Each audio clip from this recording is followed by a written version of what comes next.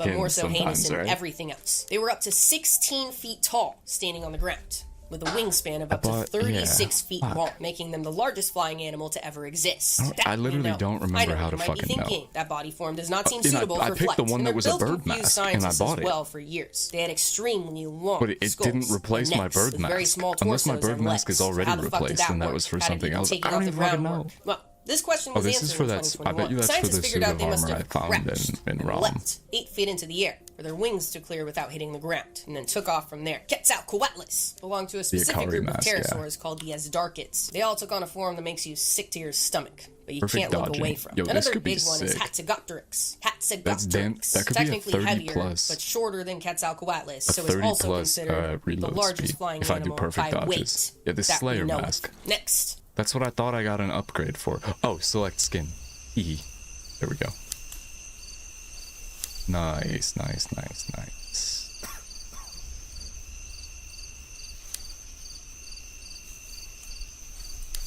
Oh, where did I don't know where I got the Doomsayer hat. I think maybe I've made my point. Maybe one of the skins again came video with, right there. possibly. There were also dinosaurs, then the asteroid hit, Wicked. then they all Okay, died. now I can see it. Stay curious, the world has a lot for us to learn. See ya. Oh, I think you had would never gotten do this that to you. at some point. I at least hope somebody that got the, this video so far glowing has shown you that the thing at one Cretaceous was much more than the dinosaurs. I mean, anyways, Jesus let's Christ, see it here. must be like I 40 should minutes take a into look the at video armor by stuff. now, at least. So, I have as we're 3 finally getting separate into this pieces section, on right now. I just want to say, One of them and I know so you I already get my know what the fuck is 10% going on, reload speed. but it's The never other one's been more true than for it the is sake right of them being my I can't possibly most, cover all the level of armor. dinosaurs. It's Like, physically for the sake not of the possible armor for me to strength do that they at have. this moment in time. So I have created a little sample plate for you, which is some of the ones I knew before, as well as the strange specimens I found while researching. The strangest I could find, just for you. We're going to start off with the group that arguably has the most dramatic morphological changes from the last time that we know of. The ones who really showcase why the Jurassic was so different from the Cretaceous. Drifters overcoat wanderer sprinting for 1 second and evading sliding at stack of inertia. No. Ornithischian. This one does moderation, we know Shout out that. to Callie for letting me know. Increases firing, melee, and You might remember I evade said speed for everything that 20 is not a seconds. sauropod, Slightly long increases necks, or a evade theropod, window. The kangaroo stance. And so, when you think about everything that could I include, mean, it's drippy quite a fucking lot. too. Let's first run through the And group there's we some remember from last time. skins. The armored dinosaurs. But I don't know where I... The group Omar took care of last time. In the Jurassic, this included the Stegosaur form, the most iconic of the time, and the It's light Ankylosaur armor form, anyways, like I think, Gargoyleosaurus. right? So- By the time the Cretaceous period came And around, the then this is Stegosaur form assassin got booted, armor for and the, Ankylosaur form was on top, yeah. with some insane neck spines like on Sauropelta. It's no wonder the Ankylosaurs were able to stick around. Those bitches are Okay, maybe I go lethal, upgrade that all the horrifying. way But so what then might I be can even keep worse is the that fact as that they my... didn't Yeah, evolve for no we gotta reason. adjust the You know, armor nothing situation here. does. The stresses of their ancestors' environment required them I'm to have just 2 gonna try swords and once several or daggers twice. Trust strapped, me. ready to go at all times. God. Stressors like predators that could get around anything less than that. I'm not gonna Ew. get If I fucking got stuck in the stun locked Mesozoic, into you could only fighting have this one boss. thing, That's it would be a ridiculous. You're shotgun. being But of course, my crazy. favorite Stop. Ankylosaurian of the time is Stop. Borealopelta, who was described through probably the most beautiful fossil I've ever laid my eyes on. Gives me chills. Okay. And I've only seen pictures of it. When I see it in person, I'm Armor? gonna cry. It's in my coolest fossils video if you want to learn more about that fossil. But for now, we're gonna just move on. said there's Objectively, 4 the more levels cutest to go on this, Ankylosaur right? of the time was Minmi. Cutest name as well. They got to about 10 feet long, and that's all I have to say about that. The rest of the Ornithischian groups I have on the list Silicum. brand I spanking don't think new, I've first upgraded any appeared in armor the with the Cretaceous, Silicum yet. like the Pachycephalosaurs, known for their unusual With a bumpy smidgen of heads. cum, yeah. At first glance, you might think the big bump was an indication of a large brain size, Jimmy Neutron type build, but no, quite the opposite. Their name translates to thick-headed lizards. Hey, there we It's go. literally just a thick skull. 'Cause Matter of honestly, fact, I'd wear a this very full thick suit skull. with the maybe exception used the of- same way well, some animals use their horns to What's headbutt the their difference between enemies, radiant or maybe and just this to one now? split. They got to about 15 Oh, feet nice, long, nice, nice. We got which it might much sound closer. pretty small compared to Okay, other so now dinosaurs alive at the time. Until I shot introduced after you to reload does 15% more. That's sick. Micropachycephalosaurus, a very small dinosaur, about 3 feet long, with the longest dinosaur name. Oh yeah, enjoy your 23 pasta, letters. cat. Not about, exactly 23 letters. They hold the record as of right now, on Thursday, thinking about October 10th, maybe. 2024. Well, I made wouldn't be couscous surprised if earlier, someone swooped in which is little sometime tiny soon to change pasta. that. Maybe super I Micropachycephalosaurus have a is little being bit of it unearthed left in as the we fridge. speak. Should go The eat next some of group that is in a one minute. that generally doesn't sit right with me. The Hadrosaurs, also known as the duck-billed dinosaurs. And I've then talked a lot the about longer animals with their moderation is overall really builds. nice. They look like a 30% walking more. What is it obtuse without triangle. these? Just makes me a bit uncomfortable. Despite this, as it turns out,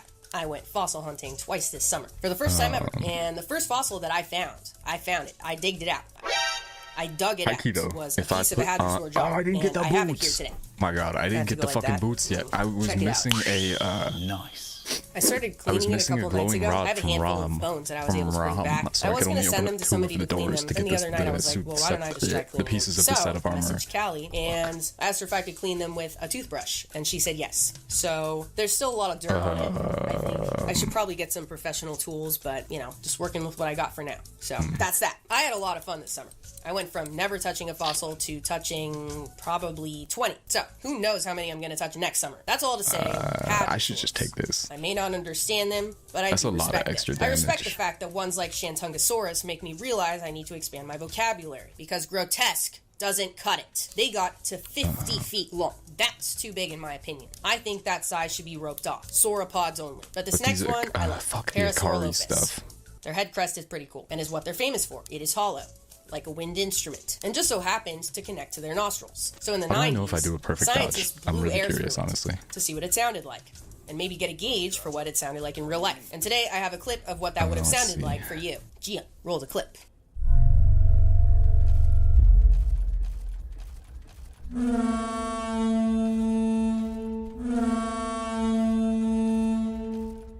Okay, that didn't cost as much as I thought it would. Like a bellow for a war. Probably not entirely accurate, because who knows what else was These are actually not going on. really- But okay, now I'm cool to losing more imagine armor, nonetheless. though. Another Okay, one of so a we do similar a Kari style guard is for this piece. Syntausaurus, the hadrosaurid unicorn. Kind of. Fossil evidence suggests they lived on the edges of lakes in herds and had massive tails to help them swim. Obviously, their head crest is nuts. And initial reconstructions had them looking like they could emit a radio signal. And you know, the unicorn reference. Then later fossil evidence revised it a bit, made them look more like a French chef. So definitely kind of looked like Parasaurolophus, but did not seem to have the same wind instrument setup. Their head crest was hollow, but not connected to the nostrils. So, no telling what they sounded like. It's not the at best, all. but And we're the last doing 15% hadrosaur, more another similar damage head crest setup, after reload, Amblyosaurus. and then Looks like a misplaced mitten. And now we're going to move on to the Ceratopsians. The horned potential dinosaurs. for You know 'em. 7.5%. I love 'em. The face horns and the frill. The frill is the coolest part, in my opinion. And in many ways, evade it's very speed, Renaissance. melee Its purpose is not completely understood. damage, Might have been reload defense, speed, display, and firing speed. regulation. Okay, that's the crazy. usual shit things might be for dinosaurs. The most iconic Ceratopsian is the one and only Triceratops. One of the largest Ceratopsians, up to 30 feet long, and definitely most iconic. Probably the second most iconic dinosaur of all time. They were pretty cool looking, but there's a couple others that just blow them right out of the water. Like Styracosaurus. Their frills were objectively sick. When I first saw it, I was like, damn, that is definitely my favorite Ceratopsian. But then I saw Diabloceratops. That is one sick son of a bitch. Very IVF, what's regal that? in a dark way. They look like they would listen to Lorna Shore. Another cool one, Lokiceratops. They had massive curving Catwater horns on the back of their ASMR frill that were like blades.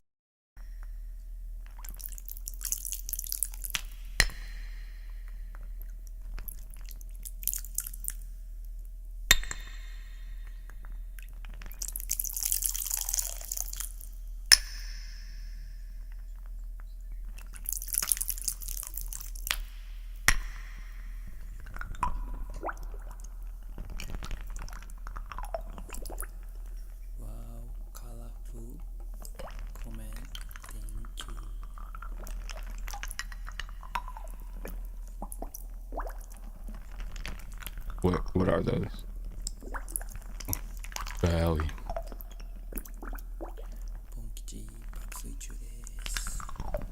Okay, that's crazy. Also, I'm not.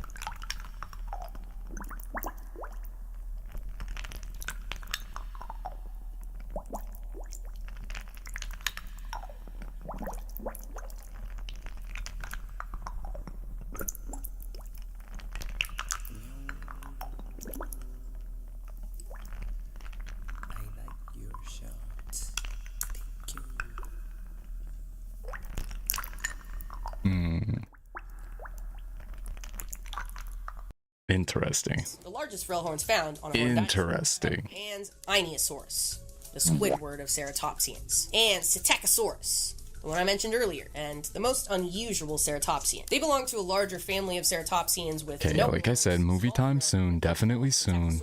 My least favorite family member is this one. It looks sticky. Alright. Definitely soon. Not gonna take forever. Fuck, I just spent a lot of money. I shouldn't have on this.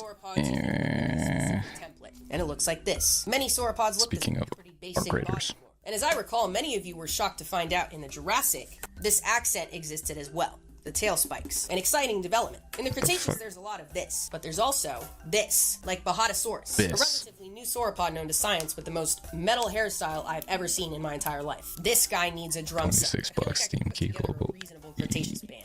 I would say Bajatosaurus on the drums, T-Rex on the mic, since they can't do anything else, an Ankylosaur on the keyboard, Nyctosaurus on a 7-string, maybe a Nipponite on the bass. Or no, maybe Quetzalcoatlus. Next enemy hit. Right.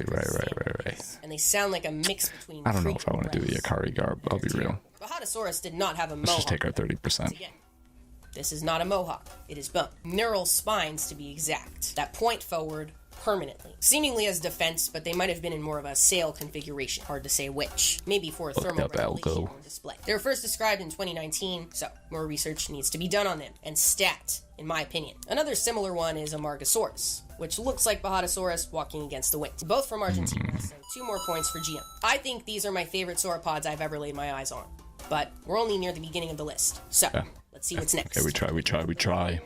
I've made quite a mess. Alright, this time, we have this. Yeah. Armor. Angry Bird, go over there. Allow me to introduce you to Saltosaurus, another sauropod from, you guessed it, Argentina. What's crazy is I did not do this on purpose. Argentina is just you gotta believe in me. Sauropods. But let's move you away must believe in me. So I can or we're gonna get stuck here all day. Do this neck. This. Now what do I mean by this? This sauropod has a wide mouth, shaped like a duck. And inside of it, there were 500 That's right, brother. Nigersaurus. Found in, you guessed it, Niger. Why 500 teeth? Who fucking knows, dude? But their mouth was built for the feeding style of a cat, so not even in the treetops, which sauropods seemingly evolved to reach. You gotta believe in me. You gotta believe in me. Never giving shit to you straight. Alright, the next one is a bit more bohemian, avant-garde. Possibly not a valid species, but crucial to include nonetheless. Now, what do I mean by this? Brontomeris, whose name translates to thunder thighs, and found in Utah in 1990. Thunder thighs. That seemingly would have supported the most robust thighs of any sauropod that we know of. But for what? Possibly to kick enemies, maybe stomping them to death, maybe just to walk up and down a lot of hills. I'm sure anyone that lives in San Francisco has a pair of thunder thighs themselves. From my understanding, the fossil specimens were pretty fragmented, and unfortunately the site they were found at had been looted by some fossil hunting bandits. So it's hard to say if this is a new species without more fossil evidence, but it's currently classified as one. Those thighs are one of a kind, but that might change in the future. So, those were some sauropods with a variety of traits. Others came in the classic template form, but in a variety of sizes as well. Magyarasaurus, a 20-foot-long dwarf sauropod found in what is now Romania. At the time, this would have been situated on an island, Hateg Island. Yes, bitches, this seems to be another classic case of island, which you might remember I talked about in this video. Islands are where shit gets weird. In general, the smaller an island is, the weirder it gets. The further it is from the mainland, the weirder it gets. Maybe fewer, and no predators. Less competition. Populations are genetically isolated. So over generations, the evolution just goes nuts. Big animals get smaller, small animals get bigger, the whole variety of changes. And so, for this reason, it seems that Yarosaurus was small. They were one of the smallest sauropods of the time that we know. The biggest. With another point to Geo. Allow me to introduce you to Argentinosaurus, and you guessed it, Argentina.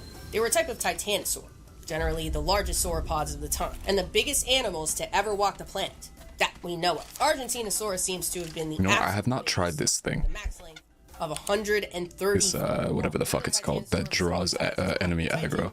I haven't tried this thing since I pivoted to like having a also from Argentina. We would have looked like ants basically these behemoths. And I personally wish they were my build makes it so I always have my special thingy. And might make you want to throw up. My weapon mod is like always available. It recharges in like 2 shots. Mostly belong to the last group of like if I do that. The bone chill, teeth, chatter, beasts of the Cretaceous. Of course. Really oh, they're going for it. Propaganda. The theropods popped the fuck off during this period in a variety of ways. The existence of T-Rex alone, of course, but theropods also spread out in terms of size, lifestyles, etc. And so, I decided for the last group of dinosaurs on the list, I would show them to you from smallest to largest for the suspense of it. So first, allow me to introduce you to Falcatitelli. Yes, a bird. I'm pretty modern looking compared to to what we left off with in the Jurassic. They're about the size of a crow and had a beak like a toucan. Another small theropod is Rhychiornis, a close relative to the birds, and more similar in appearance to the Jurassic birds. They had not only 4 legs, So he just put a second one down, didn't he? just like the slightly larger Microraptor, that got to about 3 feet long. Their 4 wings allow them to be capable of gliding, possibly. In 2012, scientists analyzed a really well-preserved fossil. Okay, that's working though. Preserved melanosomes, which are essentially little tiny pigment packets. Different patterns of melanosomes in fossils indicate different skins in length. And the patterns in the Microraptor fossils point to an iridescent black look. Very chic. Preserved melanosomes are sick. Very hard to come by, but when they do, holy shit. And it just so happens my favorite example. I'm excited to eat candy. Sinosauropteryx. About 3.5 feet long. Smell. The first non-avian dinosaur scientists were able to figure out the coloration. Honestly, I think I'm due for a part 2 of the coolest fossils. This will be top of the list. This was also the first time feathers were found on a non-avian dinosaur. So this fossil just has it all. It's just the best. By analyzing the melanosomes found in the fossil, scientists found that Sinosauropteryx was a reddish-brown color with a striped tail and a lighter underside. Very cute. I like that they existed. Alright, next on the list. Incisivosaurus. Names for the incisor like teeth that made them look like a rodent. They're about 4 feet long and ate plants. This picture makes them look British. Velociraptor. One of the most misunderstood dinosaurs in mainstream media of all time. You're probably most familiar with Velociraptor as this. A 6-foot-tall, ruthless killer. Tap their toe claws on the ground to locate children to eat. This, once again, is all Hollywood propaganda. The fuck? They actually Quit throwing things at me, bro. about the size of a turkey with a long tail. Probably kept their sharp claw off the ground to keep it sharp. If I have disappointed you today, I'm sorry. But maybe that just means I have to give you a new favorite dinosaur. Maybe it'll be the next one on the list. Concavinator, the camel from hell. They got to about 20 feet long, so we're jumping up a bit in size. To me, they look ridiculous, which is why they made it on the list. The bump is thought to be a sail-type situation, helping to thermoregulate or identify each other. For now, it's a mystery. If you watch my T-Rex episode of Conspiracies, or if you're a theropod sommelier, you'll know that theropods experiment with different sizes. Small head, big arms. Big head, little arms. And it got out of hand with animals like Carnotaurus, whose arms seem completely Not roll away quick enough. recognizing the recent breakout run of prehistoric planets, where they showcase really the only possible function of the tiny arms, to pick up chicks. But don't let them fool you.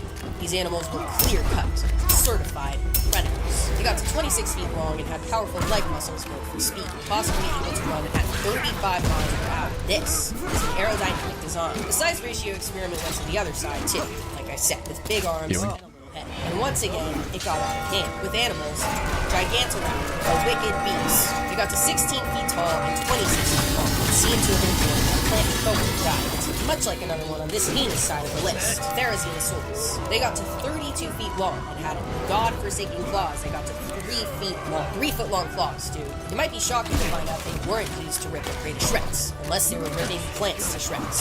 No. Some scientists have evidence that points to defense. Early studies suggest maybe digging things up. And the most recent studies suggest they were pointless and only served as decoration. More research must be done.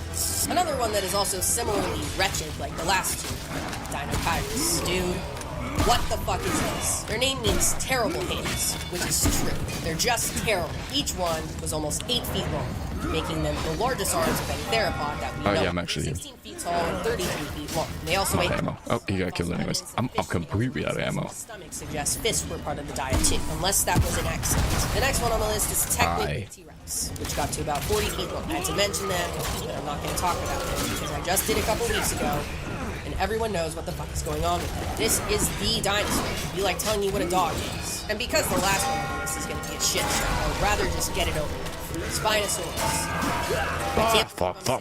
Fuck. I just got home on EB. Never talk about Spinosaurus. Got home without no key. Spinosaurus fandom scares the shit out of me. I refuse to open You have work to finish. and now I have to. Mega lol. Spinosaurus is the Dead. only dinosaur you wouldn't touch with a 10-foot pole. The hell? But then gets updated like every 2 weeks. And It's not 11:52 p.m. but I complete also just saw your message in Discord, Mona. diva of In the a announcements channel. discovery over the length Bro, of posting you up at 2 in the afternoon. most dramatic dinosaur to ever exist. Yo, question mark. A search for an unidentifiable man in Morocco. It's a story of love and loss, and one that I might make into a whole Spinosaurus species spotlight video in the future. Might. Not jumping right into the deep end. Just not. Just keeping it as simple as possible. Why are you attacking me? Go for the thing. I literally just put the thing down. Turn around. The longest predatory dinosaur to ever exist. That being them. They got somewhere between 40 to 50 feet long. It was thought to walk on 2 legs. Oh, did I get lucky? Am I gonna get to cheese this thing? To swim, then dive, then not swim, then walk on 4 legs on land. Did I get lucky? I might have just got lucky. I'll take this. I will feel no shame about taking this. Before we get to the asteroid, like I said, I have a little bonus section for you. Cretaceous dinosaurs are the most iconic extinct animals in our eyes. And when we think about them or see them represented in media, they're often placed in tropical or temperate environments. We think of I them will take this. Jungles. I should have no shame in taking this. Also some that lived in the extremes, at the poles. I mentioned at the beginning of this video that there generally I mean, this is barely cheesing him because he's responding to the thing I put down that draws aggro. It is drawing his aggro, he's just not shooting it. Which is not my fault. If I were him, I'd shoot it. Technically, it's a section that probably belongs in every episode, like has always existed at the poles. Easy clap. But with the dinosaurs specifically, it's a piece of information that kind of smacks Okay. when you first hear it. At least it did for me. Like, duh. Nice. I guess. But I never thought about it. I'll take it. I'm not mad at it. We're gonna start with the South Pole. During the I'm not Cretaceous, fucking mad at it. that final breakup of Laurasia in the north, Gondwana in the south, parts of Australia, South America, Beautiful. and Antarctica were in the Antarctic Circle. So, Titanophis, that monotremes I mentioned earlier, was technically in the Antarctic Circle, as well as their relative, Steropodon, who was just fully platypus in form and shape. It's probably not surprising that mammals were in colder I don't feel latitudes even remotely bad about that. and can live at the poles. We'll take it. Like I mentioned before, I'd saved a second amphibian for the bonus section, and it turns out Are you hissing at me, VF? Antarctica, Tulassukis. Such a sick-ass name. Sounds like they were named by some random guy in Venice Beach. And they were also alive. Also, I escaped jail. Arguably the Venice Beach of continents. They were named after the woman who prepared the fossil, named Leslie Cool. A very cool name. And also Hissing works at Mumble. Oh, okay, I see. lived in a cool climate. So, double whammy. They were actually one of the last temnospondyl amphibians on the planet. I escaped prison. Ancient lineage of amphibians that was getting replaced by the Had more to- modern amphibians. I just got the boss to stand still. I put down a thing, the rattleweed thing, to draw aggro, and it just stood there and did nothing. And I fucking attacked it over and over again with flaming arrows, turtles, and it died. and possibly small dinosaurs in their habitats. There's also Is that a we take those moment? Argentina, and another dinosaur. Because I took that. Sora shows evidence of burrowing to escape the cold. There were also some I think that's a we take those moment. like Aristonectes I mentioned earlier, and more generic I can't find a fuck to give Loki. feeders, which is why they looked like that. Oh no, am I about to find that the traitor is dead? Uh-oh, not that guy. Horrific way to go if you ask me in this map. Alright, how about the North Pole? There's lots of evidence for different ways animals adapted to the cold and Are they darkness. still alive? No, they're still alive. Let's go. Brontosaurus has evidence of migrating in herds, traveling south for winter to escape the cold. They're about 40 feet long, so heinous in size. And to put that into perspective, here's an actual picture of There we me go. holding an actual Edmontosaurus metatarsal. Have to pay for therapy. Uh-oh. A little toe bone, and on them is that little bone right there. Look how big that little bone is compared to me. Also, I'm 5'4", by the way. I know you think I'm smaller in relation to other things around me, but my cap just so happens to be big. My base is abnormally long, and my clothes are also just very big. And my ceilings in my last place were also unusually Why did tall. my contacts just get fucking borked? Of the American woman. But anyway, while some species might have migrated, Crowed. others stayed during the dark months. Like Pachyrhinosaurus. This is a picture of me holding So I've already been here before. I gotta go this way now, maybe. Did you see the news about the big Pachyrhinosaurus skull they excavated? Maybe. I was there when it was still in the ground, so... Anyway, analysis of the growth rings in their bones suggests they grew rapidly in warm months and stopped growing in cold months. Helpful adaptation, if you ask me. That way you can save energy by using it so much on growth. And possibly the coolest polar species is a tyrannosaur called Nunexaurus, which means polar bear lizard. Maybe. I don't have to walk all the way over there. That's silly, I think, right? Rex. And this is thought to be an adaptation to harsh polar environments. Seems kind of opposite to what we think of with mammals today. Alright, I mean, I said I'd... Larger, closer to the poles, but different factors impact different groups differently. So, it's not Wait, known no. for sure, Huh? but that's the idea. Oh, I can only travel to different, like, big stones, not small stones. Years of domination. Oh. Right. But on one spring day, 66 I don't know million if that way goes anyway. It goes anywhere. when a 7-mile wide asteroid pummeled into the coast of what is now Mexico. Under It market price. Right. the pressure of 1 million hydrogen bombs and liquidized the ground it blasted into, shooting it up 7 miles into the sky from the rebound before disintegrating back Yeah, onto the make it ground. The right when I impact go down there. mega tsunami, waves nearly a mile high and sweeping across the planet in every single direction. The explosion created a crater that was How are you not dead? and 12 miles deep. All that ground shot up into the air. The larger pieces started raining down as flaming debris, roiling the surface of the planet. And the smaller pieces were settling into the atmosphere, forming this huge cloud that started growing across the planet. Just like the mega tsunami was sending ripples everywhere. Tsunamis reached every single shoreline. All of this was happening in the same day. It was unimaginable chaos in the most extreme sense. And that's not all. At the same time, on the other side of the world, there were volcanic eruptions in what is now India. Yeah. 125 CAD. It was horrible. Spewed lava everywhere. Sulfur into the atmosphere with the rest of the debris particles. Everything that somehow survived the million disasters that came from the impact itself were suddenly faced with an ecosystem collapse from the ground up. The clouds were thick enough to reduce global sunlight for years. Plants couldn't survive. That sent a domino effect through the food chain. This extinction sounds like a fairy tale or a kid's storybook. The dinosaurs, marketed in the same vein as dragons and wizards. Oh my god, how many fucking times am I gonna miss? It sounds like sci-fi. It sounds too good to be true, or I guess too bad to be true. But somehow, it is. Scientists have a shit ton of evidence, so let's run through it. I said that the explosion of the asteroid created a huge cloud of so I'm gonna go left here. the contents of that debris included iridium, an element that's very rare on Earth. I cannot stop missing. Iridium has been found in a thin layer all around the world, always corresponding with the date of the extinction 66 million years ago, which led scientists to hypothesize that an asteroid impact wiped out the non-avian dinosaurs. Later, that was supported with the discovery of the crater in Mexico. How the fuck do you pronounce that? I don't think I've gone this way yet. Right here.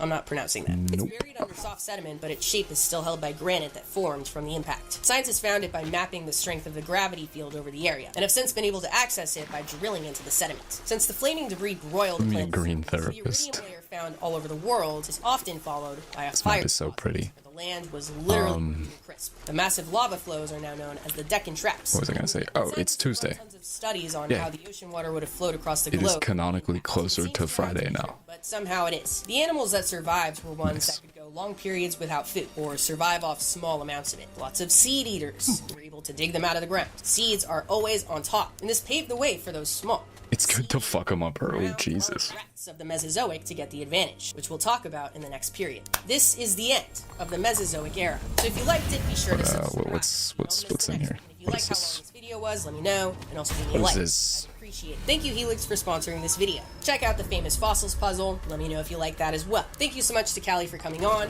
Check out Eons if you haven't already. Keep up with the content on my Discord server on Patreon. And for now, stay curious. The world has a lot for us to learn. Vestry.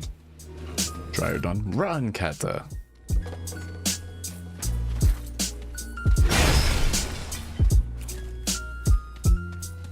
Rud.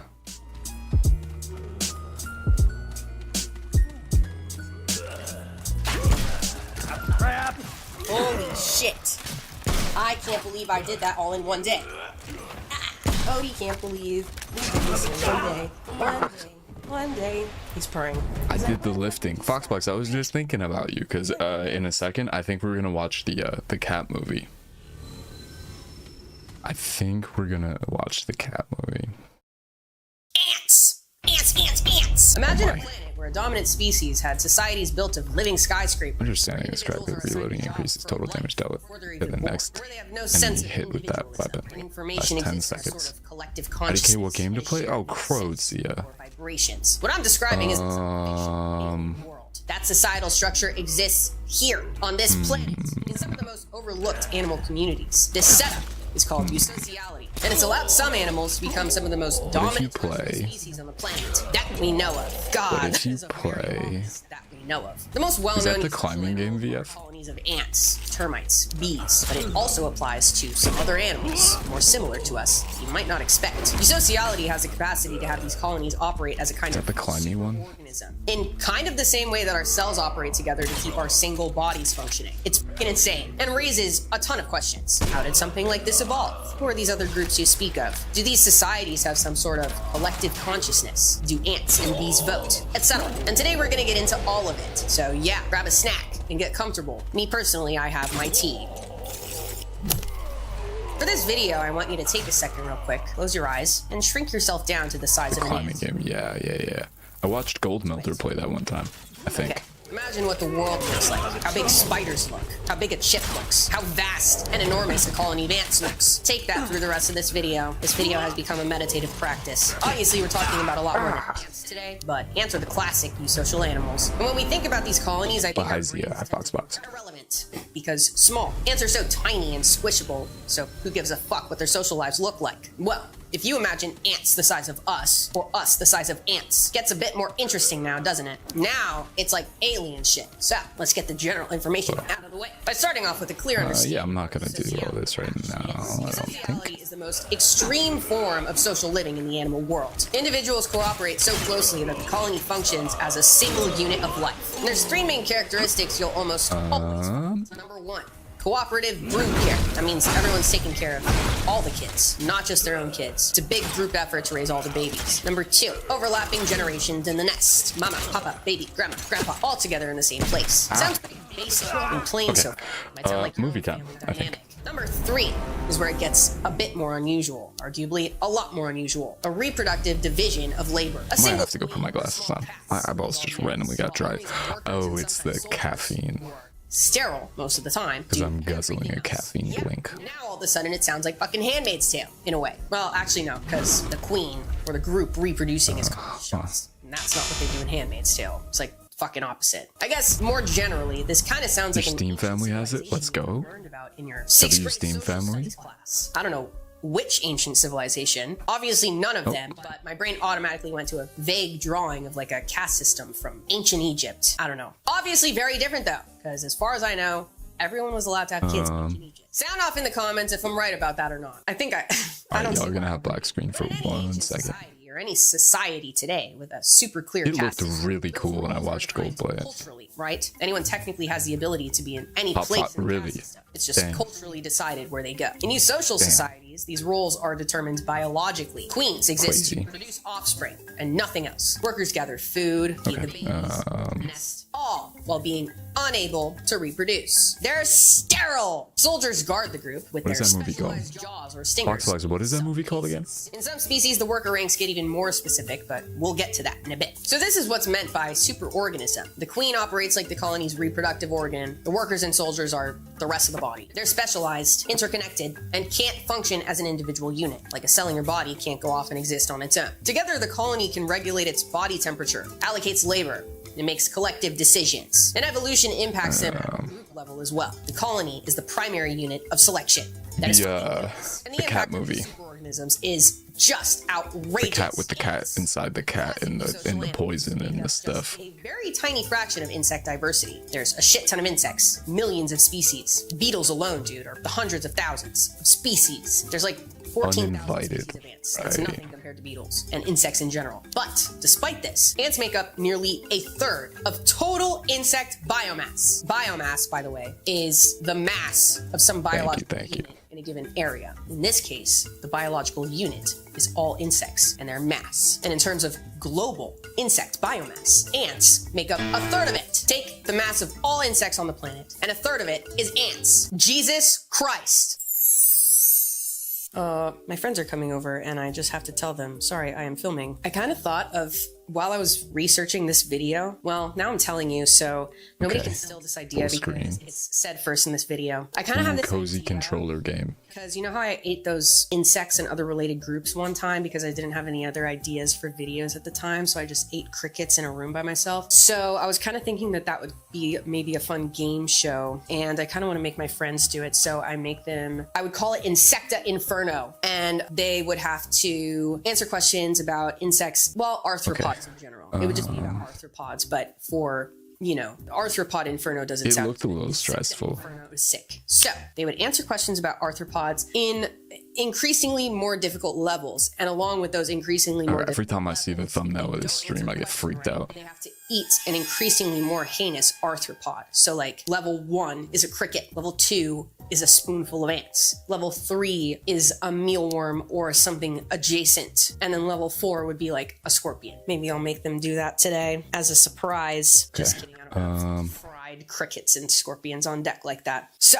in some rainforests, the total weight of ants dwarfs all the mammals, birds, reptiles, reptiles and amphibians. Okay, hold please. Do you know how much an average mammal weighs compared to an average ant? Do you know how many ants it takes to surpass the weight of all the mammals, birds, reptiles, and amphibians in an ecosystem? That's a shit ton of ants. We're not even to the ant section yet, but I just can't stop talking about ants. Earth Appreciation Festival is going on right now from April 17th to 24th on Steam, and it's showing a hella the co-op mouse game. Oh, ants per person. By the way, co-op mouse game, you said? Are also ecosystem engineers, just like elephants and beavers, like we've talked about before. Termites and ants engineer entire landscapes, recycling dead plant material, aerating the ground, dispersing seeds, controlling the population of other insects, etc. Why is the fucking... Hold on, wait a minute now.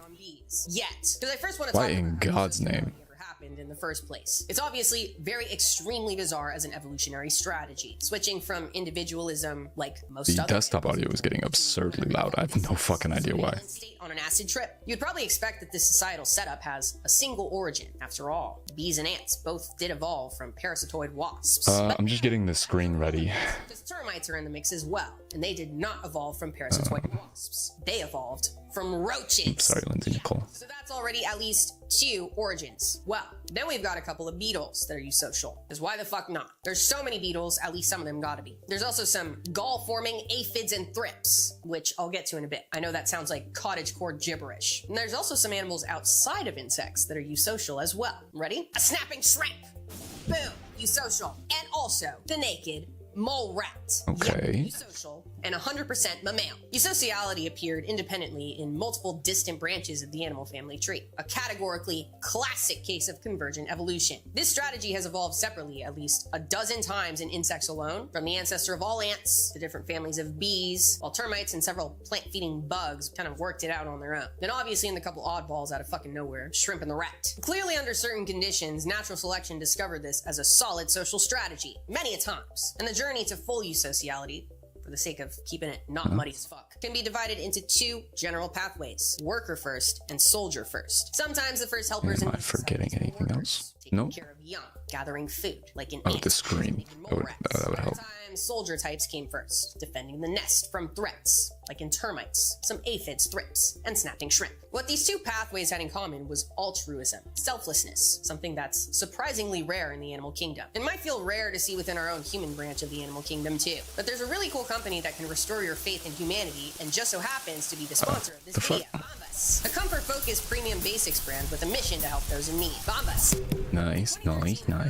Company after finding out that socks are the #1 most requested clothing item at homeless shelters. From there, they created a very simple mission: 1 purchased equals 1 donated. Well, the phrasing is simple, but the impact is insane. They donated over 150 million essential clothing items, socks, underwear, and t-shirts, to homeless shelters across all 50 states, and all while focusing on high quality and comfort. Bombas genuinely makes the most comfortable socks I've ever put on my feet. They've got support, invisible toe seams. They somehow always come out of the wash looking and feeling brand new. Super nice quality materials like merino wool, extra long staple cotton. Personally, I love their slippers. I told you this last time. They're super cozy, very plush, perfect for the frigid mornings when I get out of bed to make my coffee. They're a game changer. I like them so much I decided to get my sister a pair for Christmas, and she did end up watching last week's video. So the cat's out of the bag. Knows her Christmas gift. But she's very excited, and that's all that matters. And I am going to add something else to her Christmas stocking from Bombas, so it is a surprise. I think that's it. I think I got everything. But I will say, it's from the Cozy Collection. Okay, say bye to Lindsay Nicole for now. And then this goes over here, and then this goes... Oh, I put that in the churro folder. I don't really know why I did that. And then here's the Moby. And I don't have YouTube comments open, but pretend it's in there too. Make this window small. Wokage. This looks like it's a really cool movie. Oh, subtitties. Subtitties are on. I'll give y'all a minute or 2. I think that's everything. High key. I gotta go piss. And then, yeah. I think that's it. I will be right back.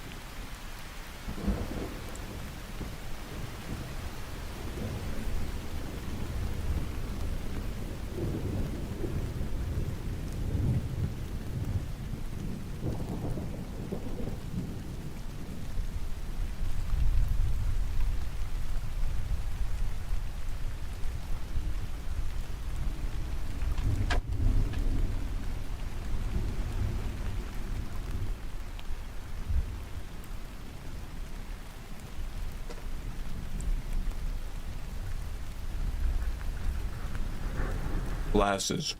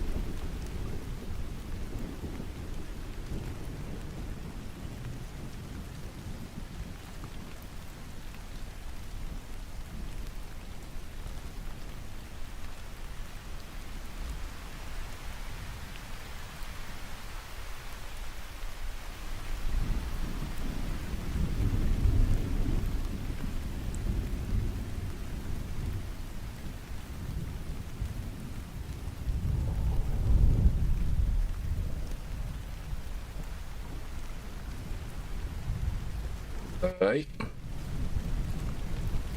Movie star right meow.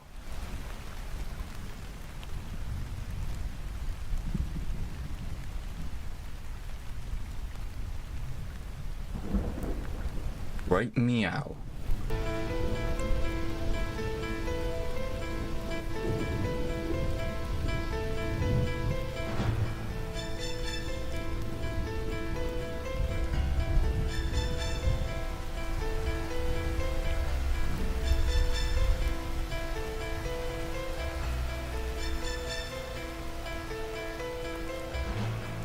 Oh, oop, oop, yeah, oop. Sorry, fuck.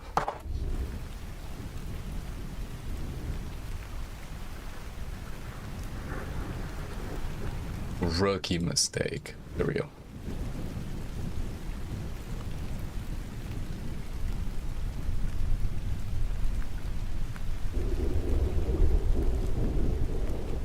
There we go. And desktop audio. Okay. Hold you, please. Alright, there we go.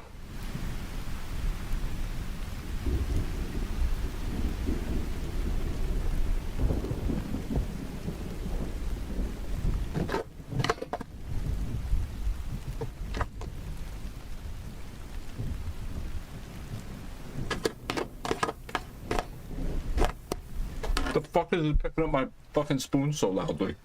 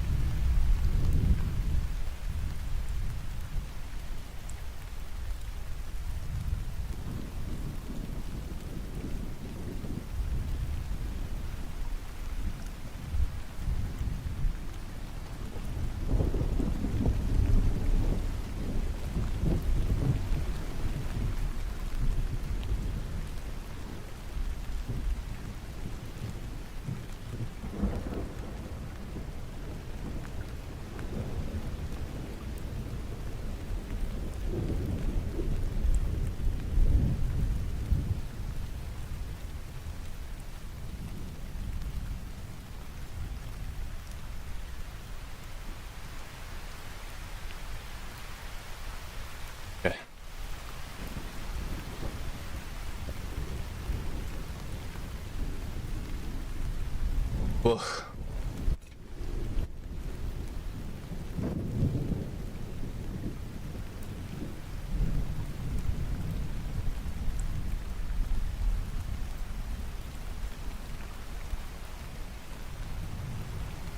Bruh. Alert! Alert! Are we alerting?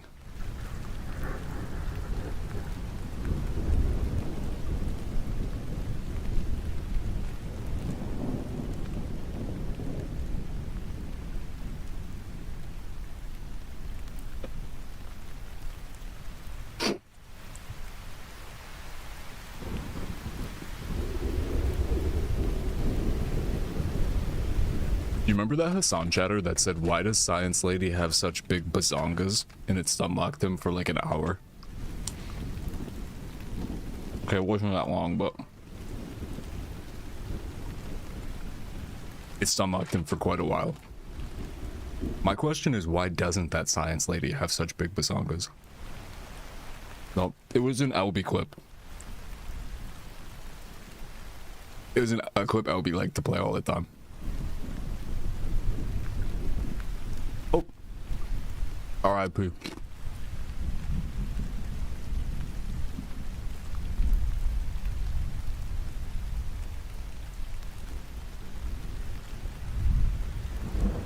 VF, oh my god, that's so mean. You punched me to death. I said, what are all these cat emotes?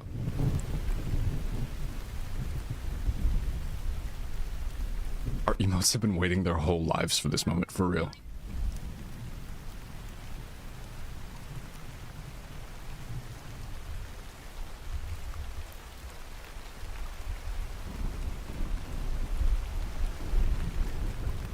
Not the fucking Chad.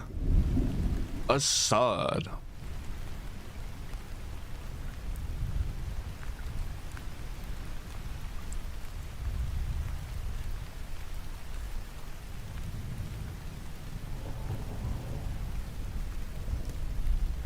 We got some woo girls.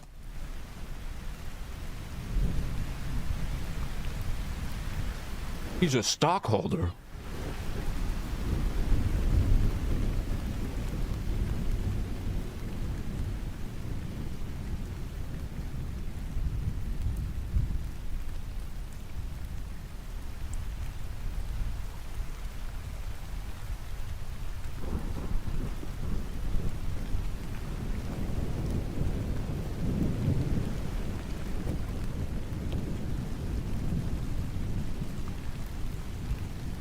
Yeah, a little sensitive, yeah.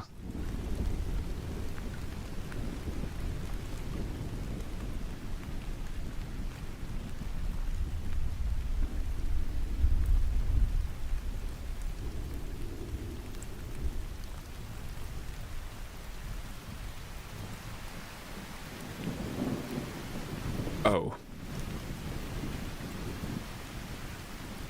But Tabby Cat ain't the only pussy in this movie.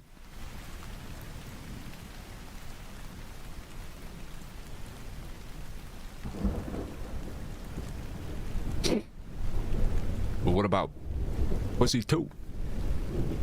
Are they gonna have Pussy 2 in this movie or no? Tell me now if there's not gonna be Pussy 2.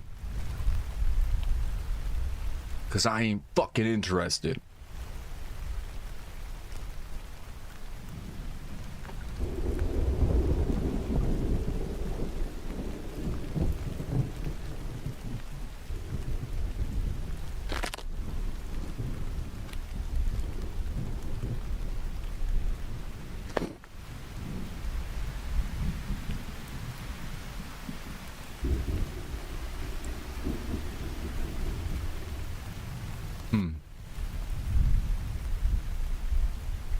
We have so many cat emotes, bro.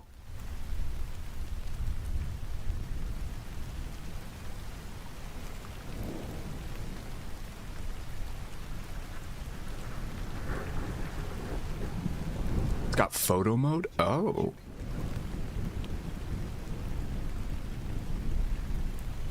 Where's the one Acolyte used to always use?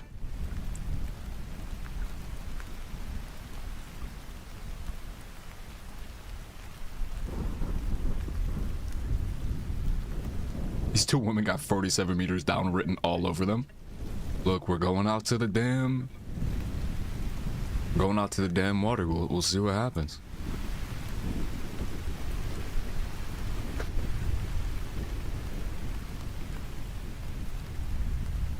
We shall see.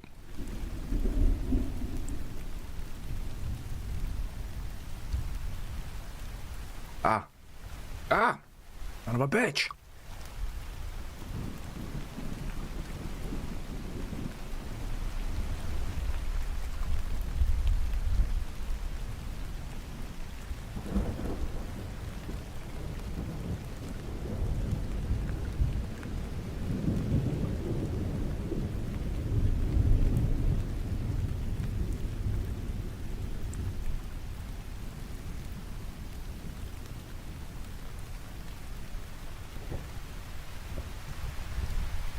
We've made tons of money, yes. Yes.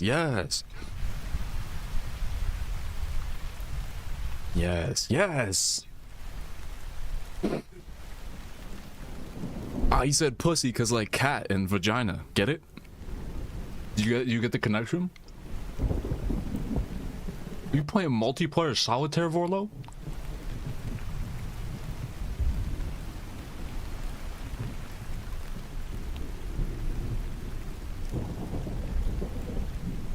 Vorlo, I'm gonna get Arc Raiders tomorrow.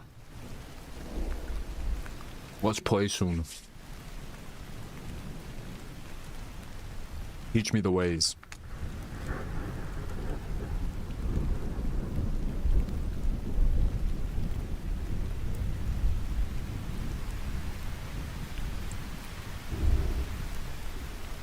Whenever you come. Don't buy it until next week? Okay.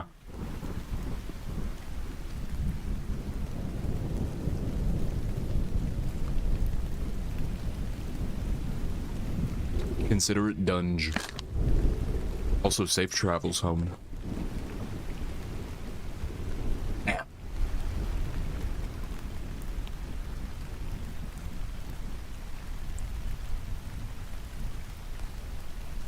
The meaning of this evil plotting going on right now.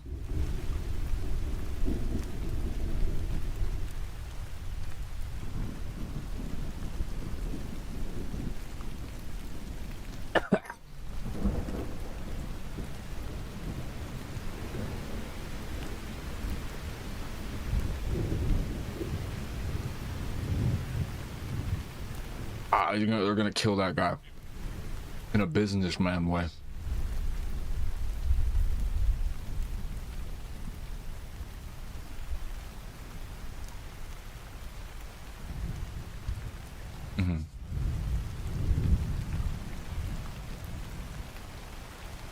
He said, I know all about blackmail, and the #1 rule of blackmail is don't get blackmailed. Wow.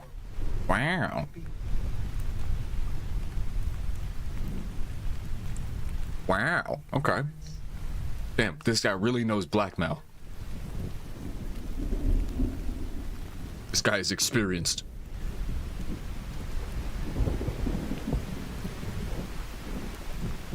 We're gonna kill you in a businessman way. Wow.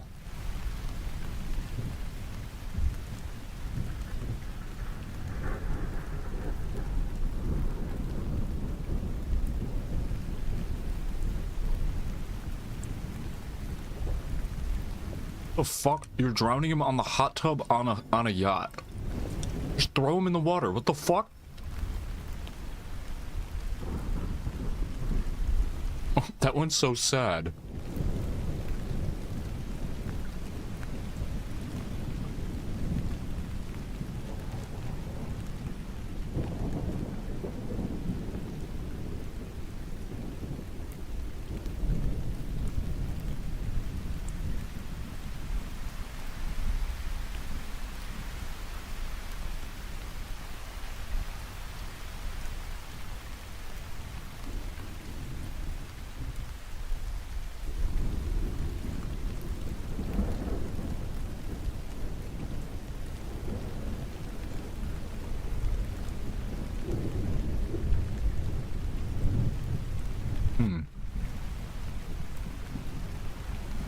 Throw up.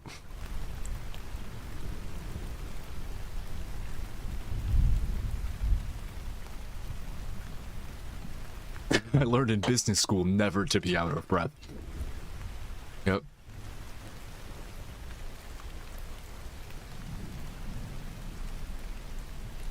Same place they taught me about blackmail.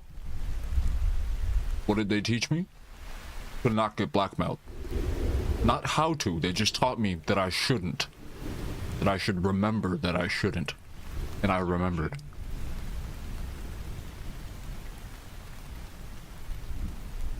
The hell?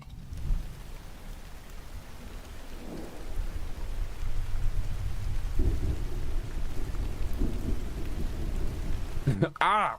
Ah!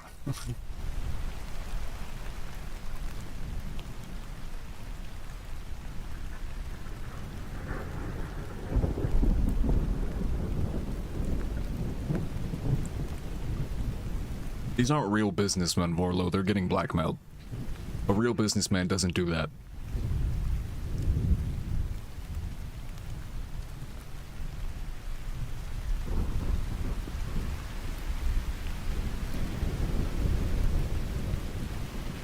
The fuck is that?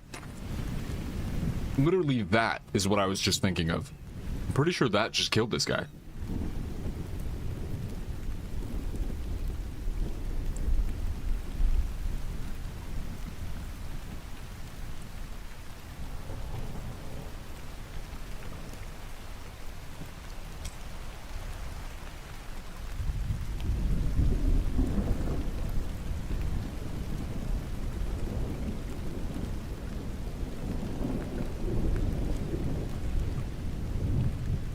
Looks gloomy as hell outside.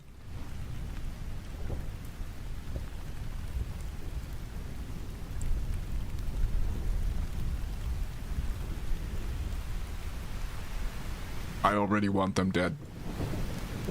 When did they die?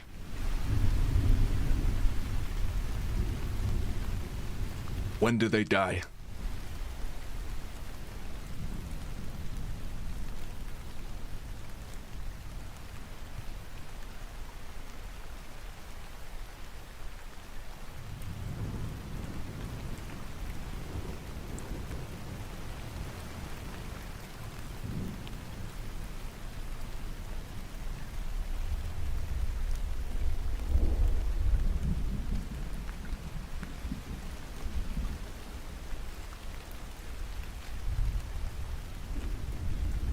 Tried to look bored.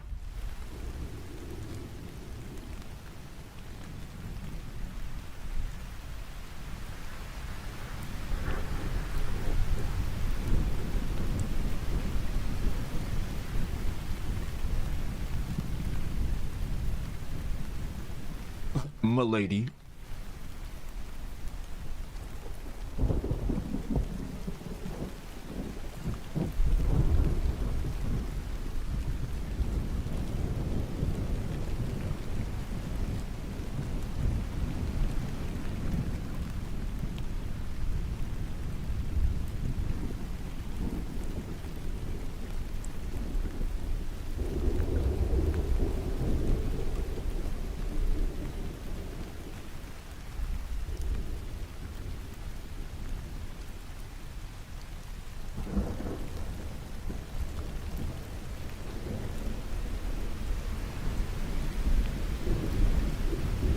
What?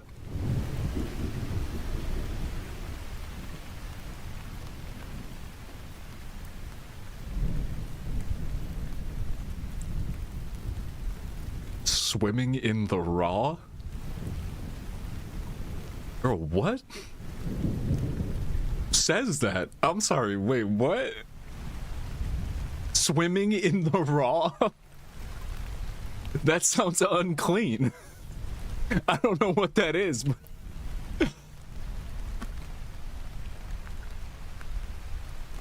Like, I mean, I know she means naked, but like, what?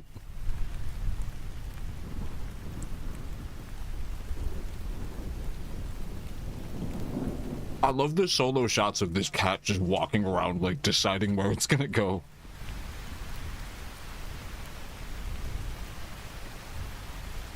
Yeah. This cat all on its own.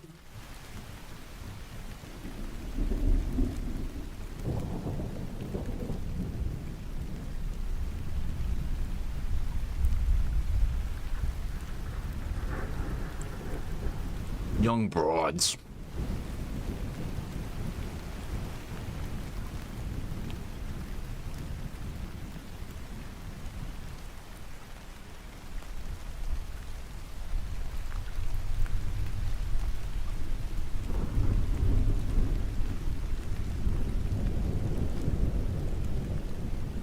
I hear nothing.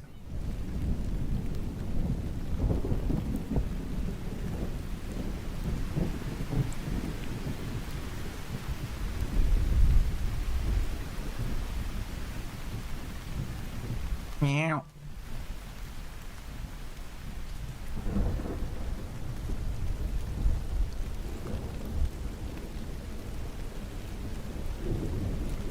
Oh.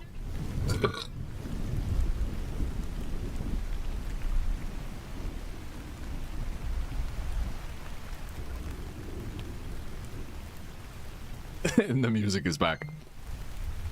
And the music approves of this decision. Back to the walk down the dock.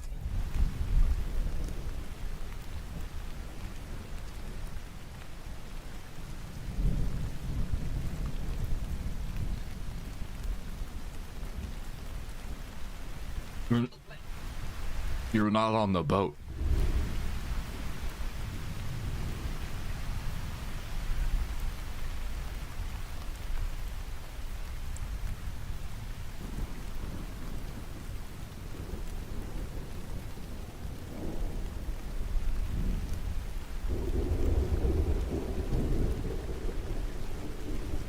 He wasn't even on the boat yet. Brother, what?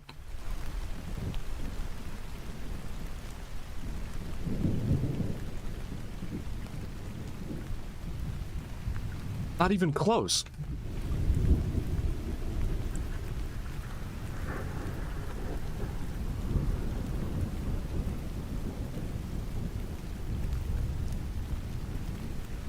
Wait, why are they taking a boat to the boat that's right there?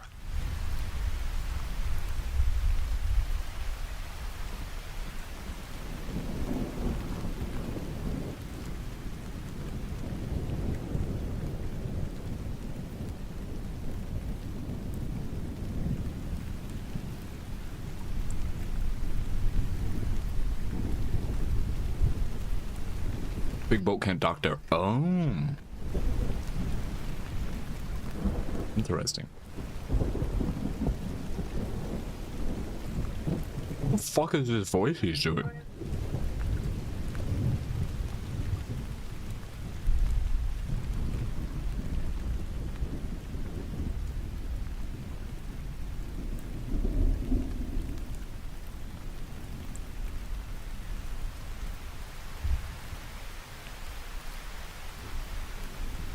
Sometimes they got length limits. Hey, yo.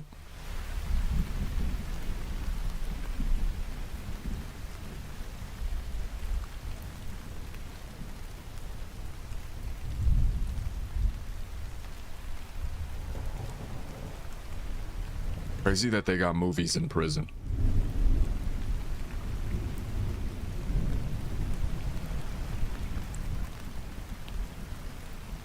Alright, bro. Quit slurping.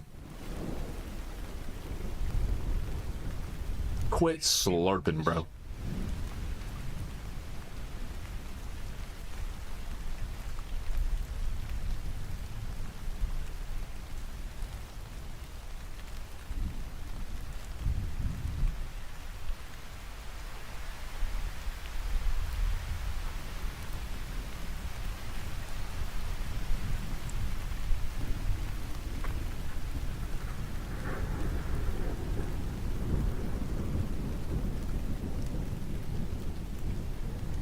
What happened?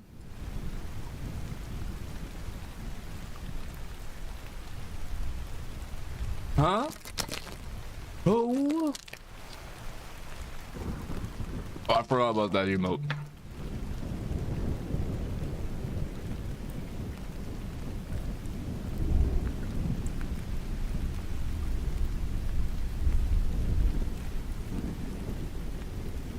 mama threw up.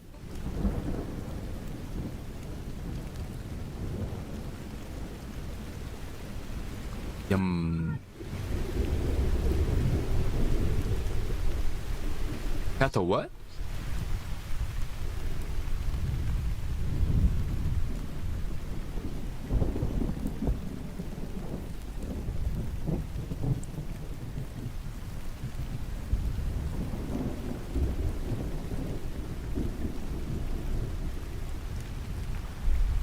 Who said that that was supposed to be good luck?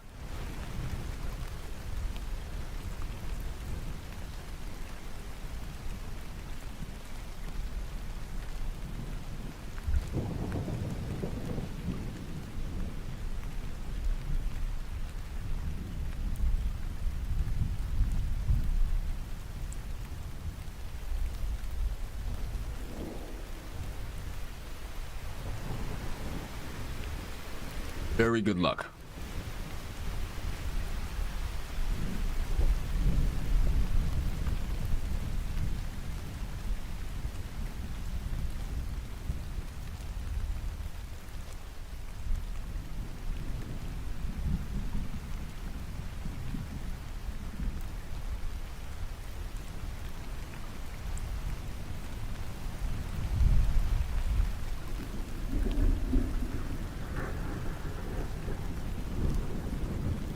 Oh, we don't have it.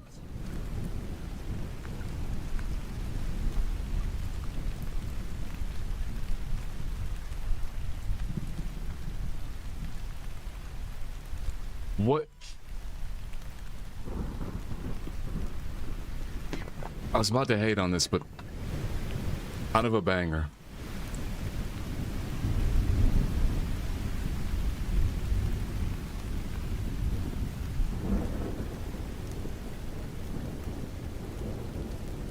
Kinda sounds like a Thundercat song.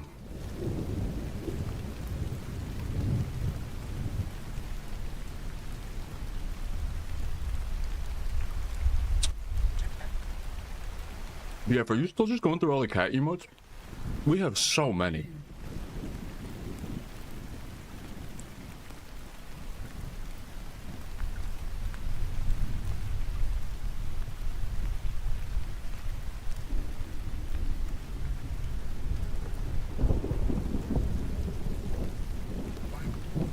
Oh, his name is Mr. Graham.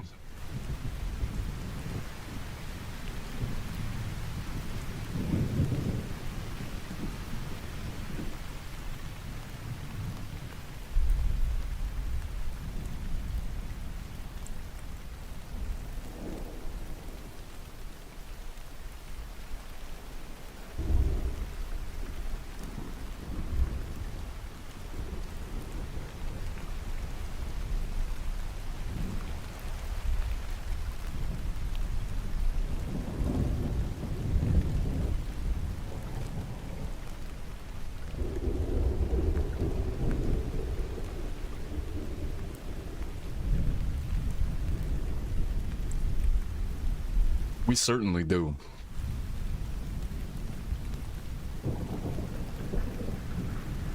I hate punks like those guys.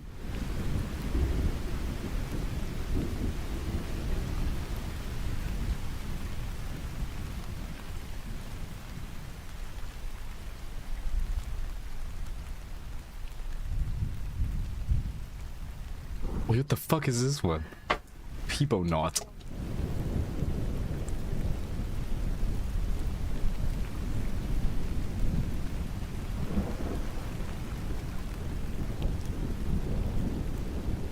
This is fine.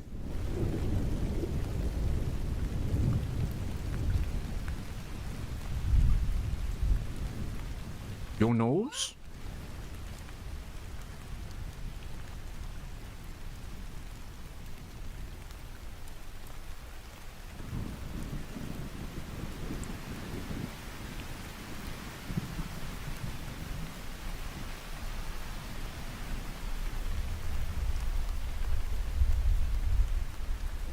We have so many. Also, I never noticed this one.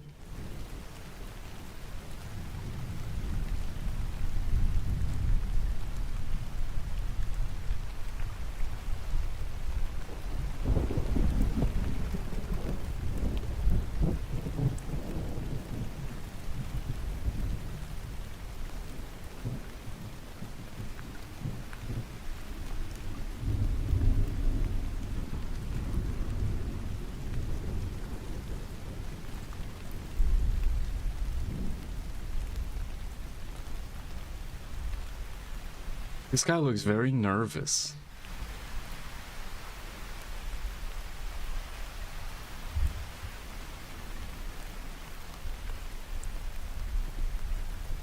Ow!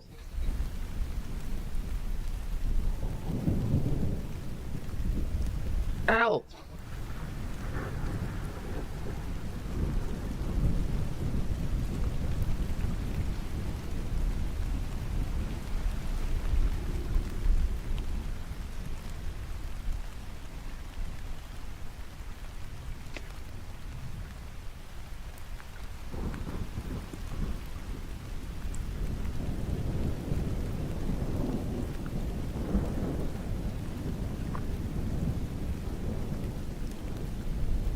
Yub.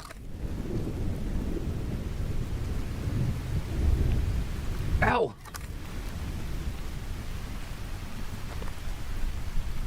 Uh-oh. Kitty's incoming.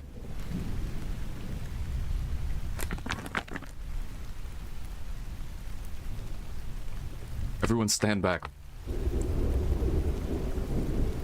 The stream title is about to occur.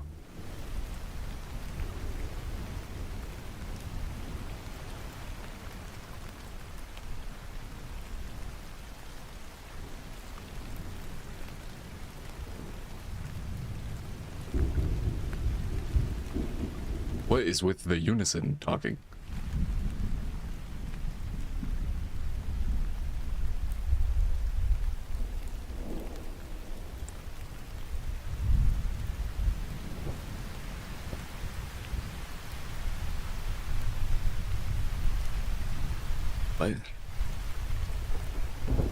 What is happening? Okay, back to sewing. Bye, owl.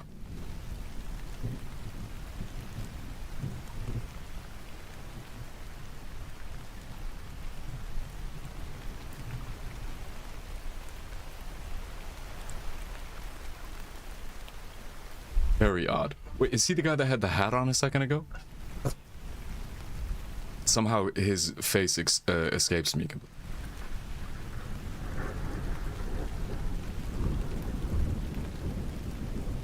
Oh.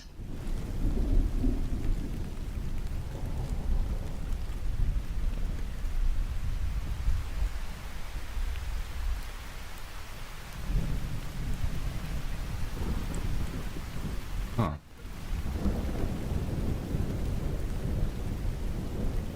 But that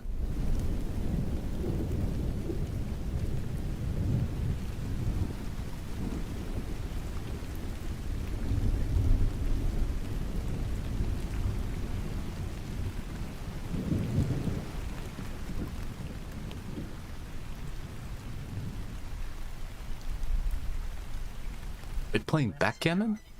I don't know how to play backgammon.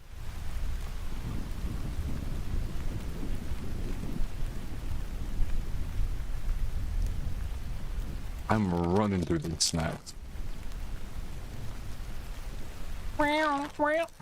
Audio file cut off.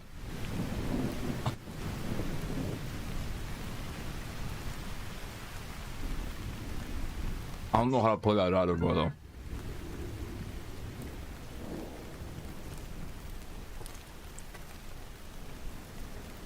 Like checkers, basically? I see.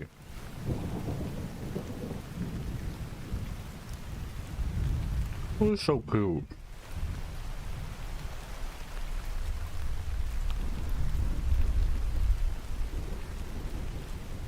No goblin? I don't think so. What is goblin? You are not. Borlo, you did not.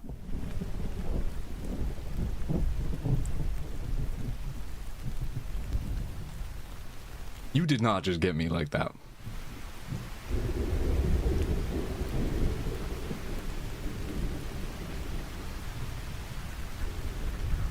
Fuck.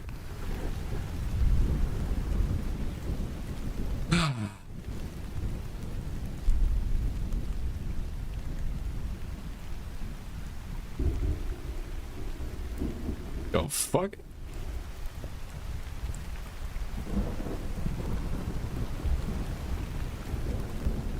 I don't think he's making a joke.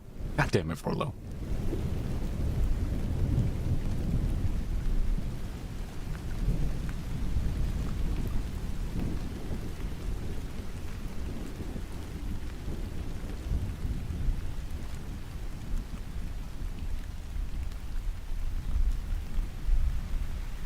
Like checkers meets air hockey. And Kala is cool because it has smooth rocks. Rocks. Smooth rocks.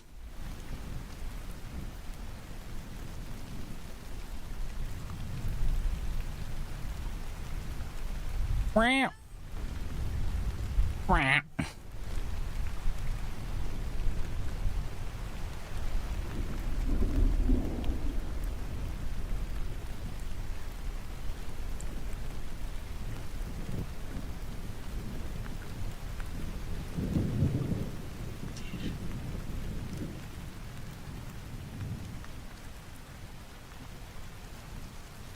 The hell is that one? Oh. What is going on with this man?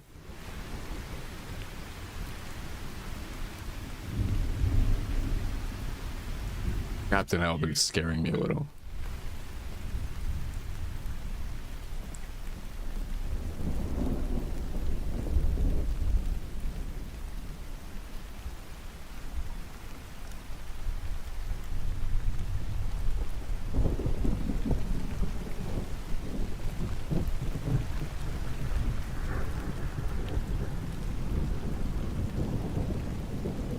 I fear it's not gonna go well for this guy.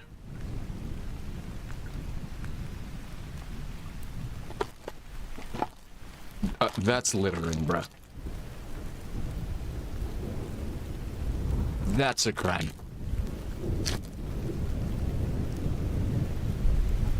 Trust me, I'm a criminal. I would know. That's a crime.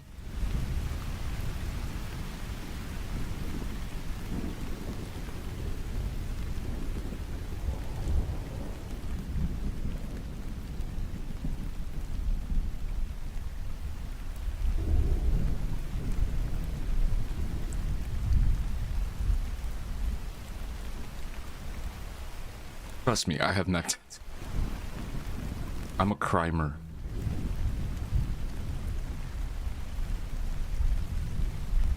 And yet, somehow, the prison guard also has neck tattoos. Somehow. Equality, folks. It's a scam. What the fuck?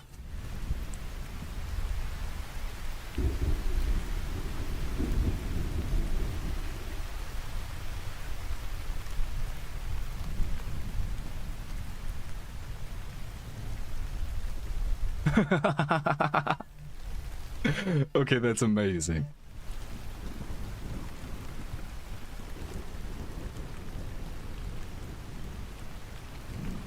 Waiting.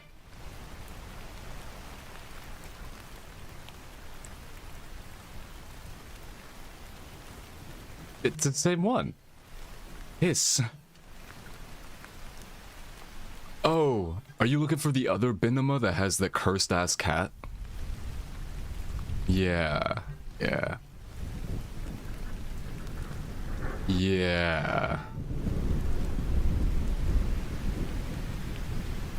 Oh.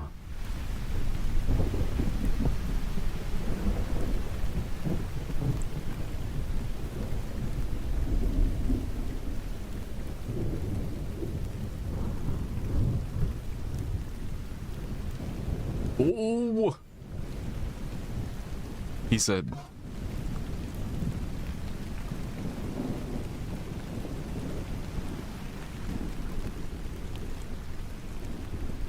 Wait, what's the fucking Patrick one?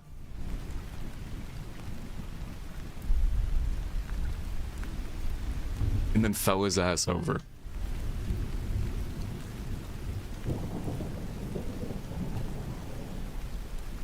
What?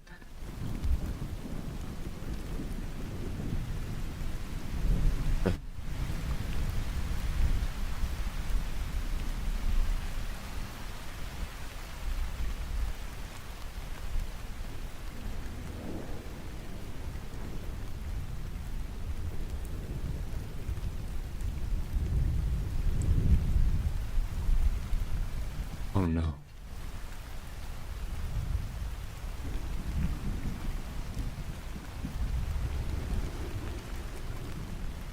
Stupid Albert.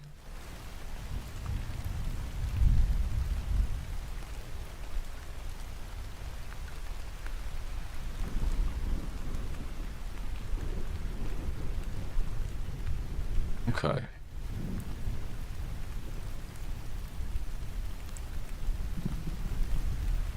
Oh, real.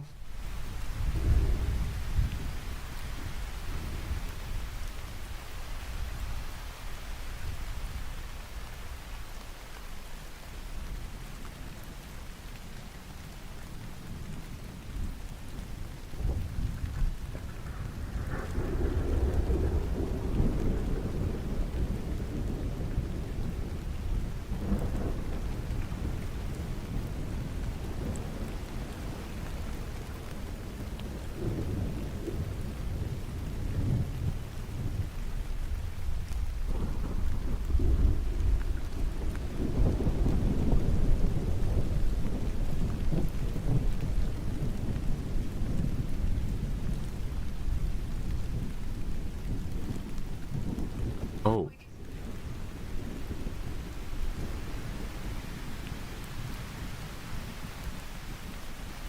She ain't got no bra. I think the cat has its own, like, musical theme. Low motif. Teeth.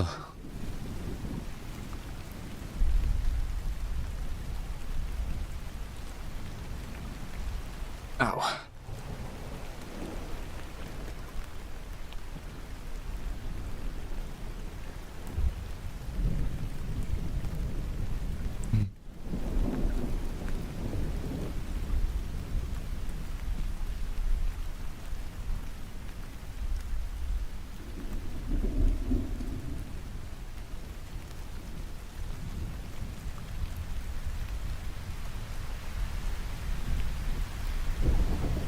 What just happened to the audio?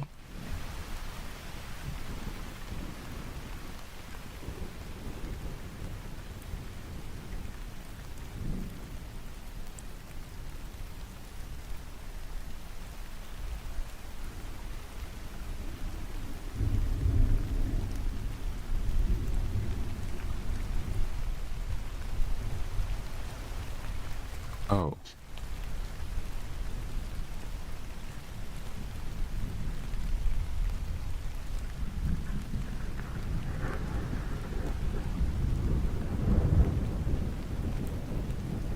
I mean, it sounds like a good deal.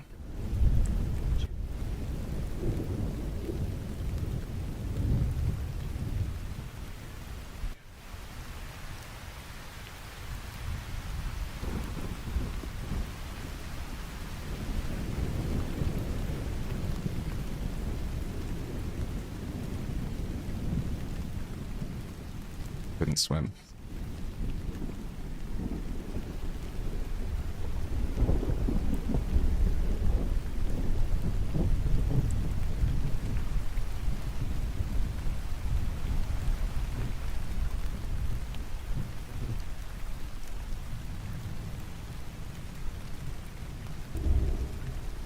What the hell is that? Oh, that's so cute. What the hell? It lit. What? That's so cute.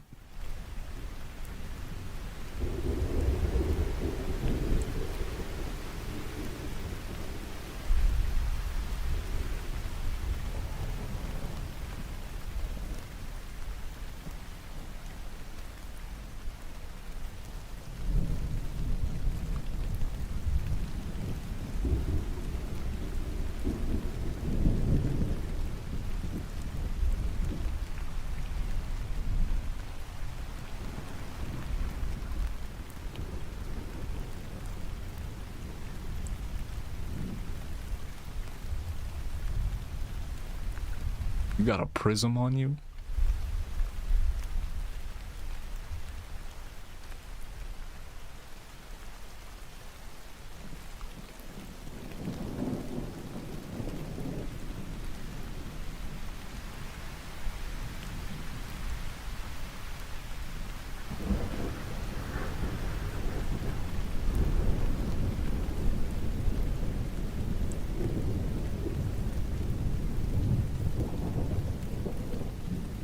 The Wilneff self-suck incident.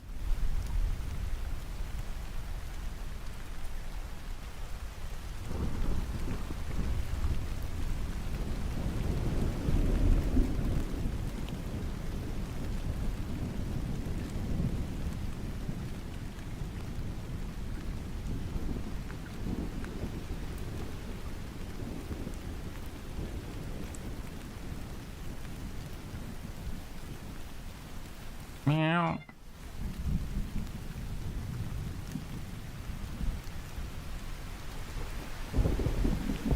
Oh.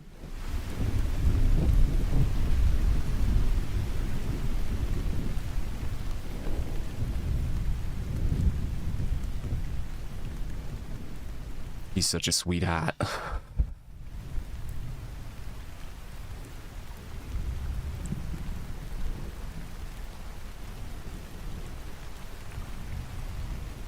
Mucho good life.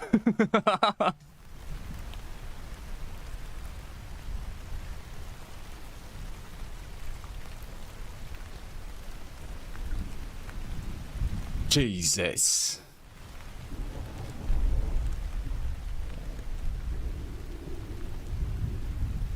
Ah.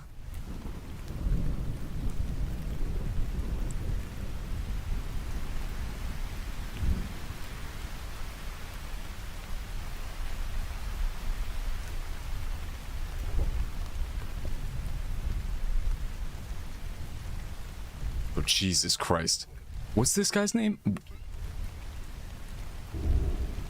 Walt Graham? I'm in jail. It's a long story. What the fuck? So if the cat kills him... I mean, the cat already is a good guy.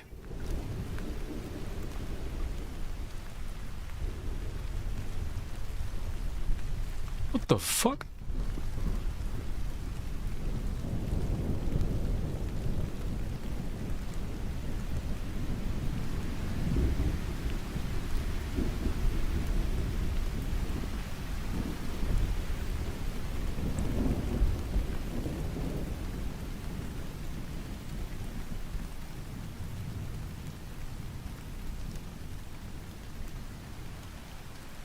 No, I'm not allowed to escape. I already asked Kata earlier, she said no.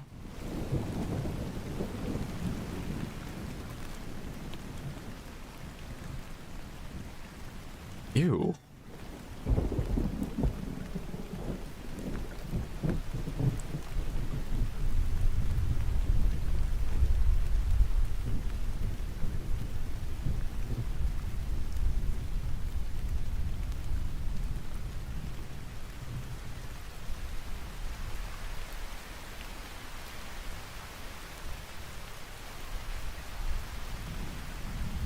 Ugh. Oh yeah, sorry Kitty, I had no idea what you were talking about earlier. Because my brain just ignored all the context of this movie. I didn't realize what his name was. I was like, what? What the hell?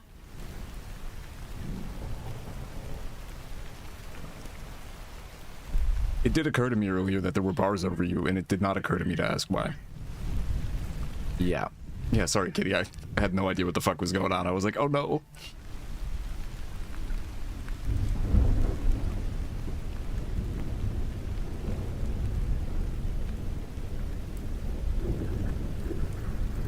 The close-up on his foot was a little gnarly.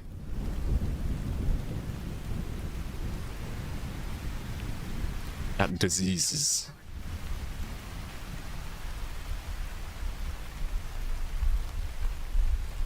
A cat, y'all just watched a cat do that.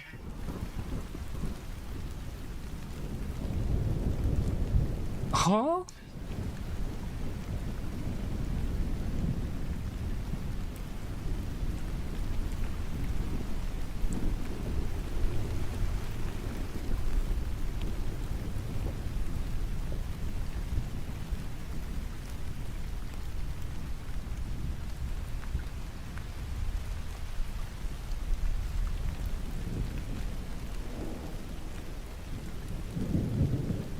You didn't learn about no cats in business crime school. Nope, only to not get blackmailed. That's it.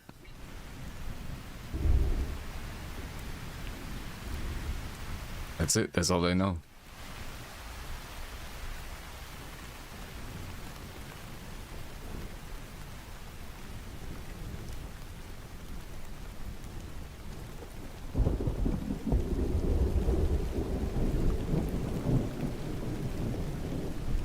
Uh-oh.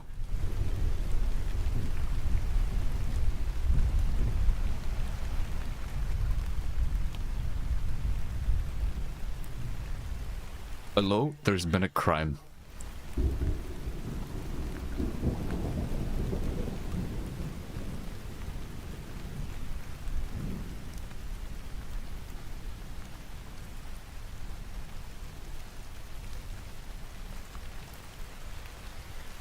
Jesus.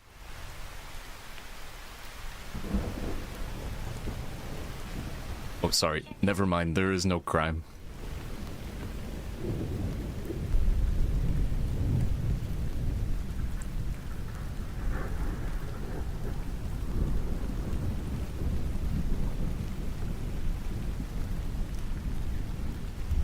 Just get.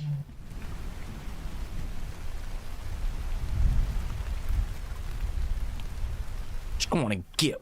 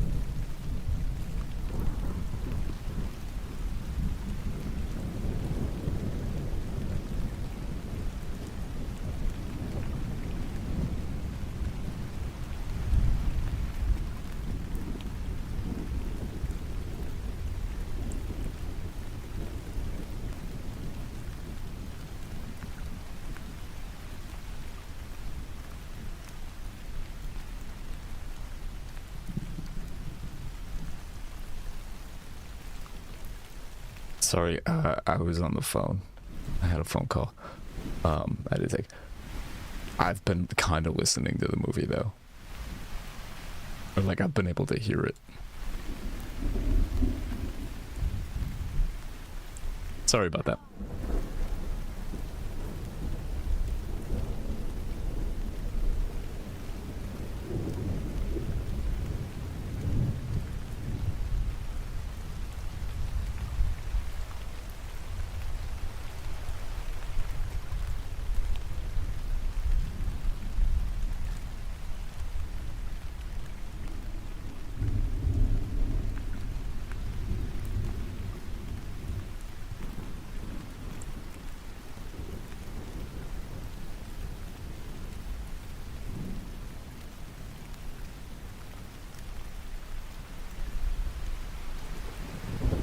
The fuck? Hi, Foxbox.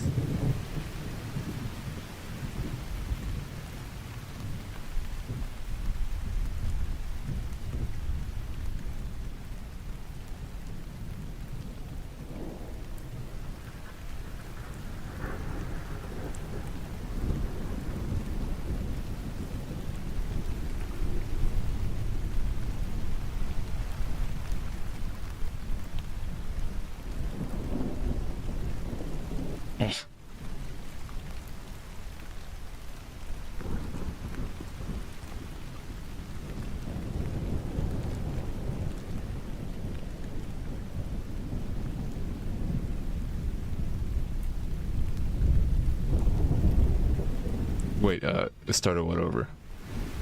Oh, the game? Ah.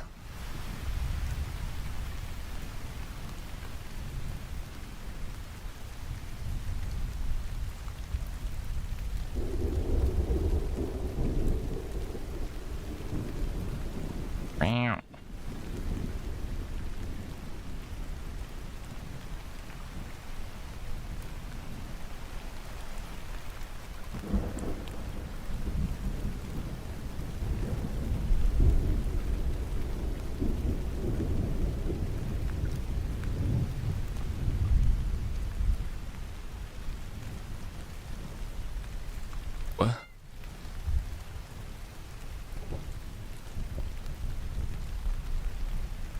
Oh? Yeah, sorry about that. I didn't expect to be on the phone for so long. Ew.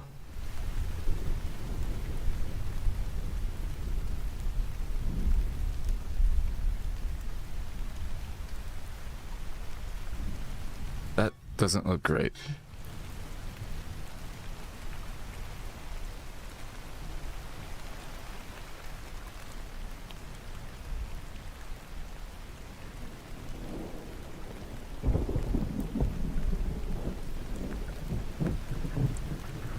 Insane cat.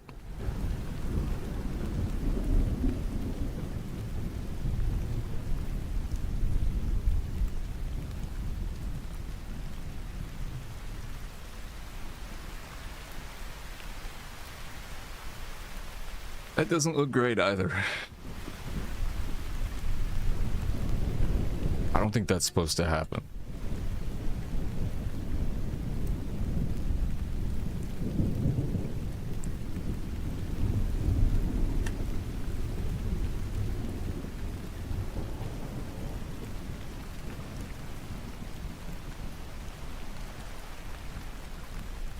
Ah.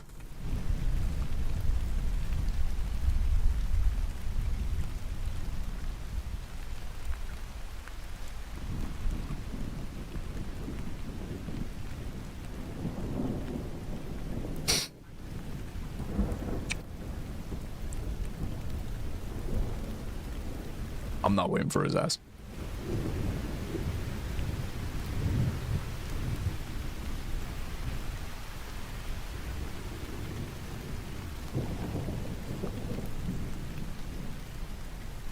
Don't do it.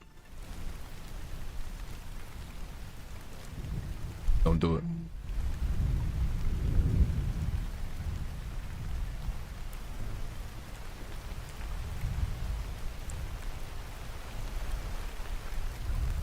Ew.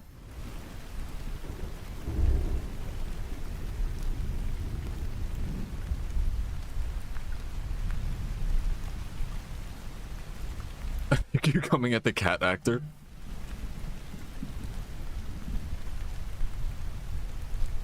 This cat's never gonna make it in this business. Kata could have played it better. Damn. Zero solidarity here.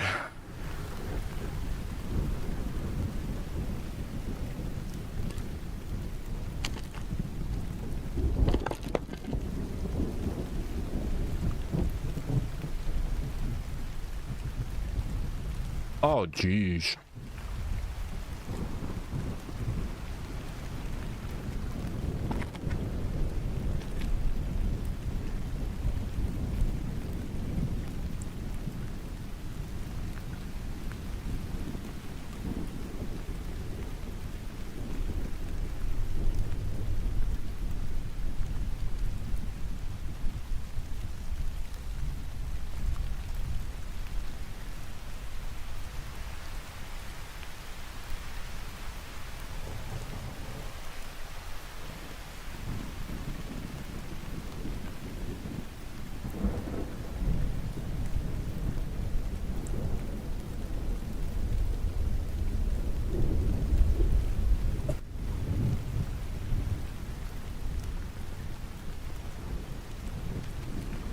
That ship is about to hit the gnarliest jump.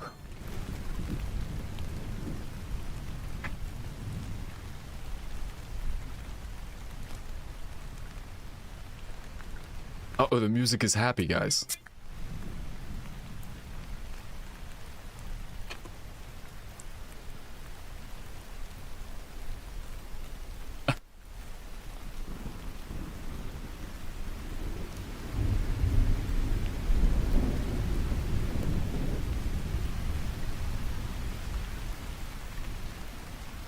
Rip.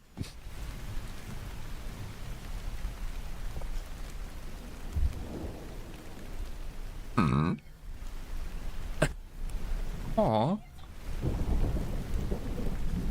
Nah, you're tripping.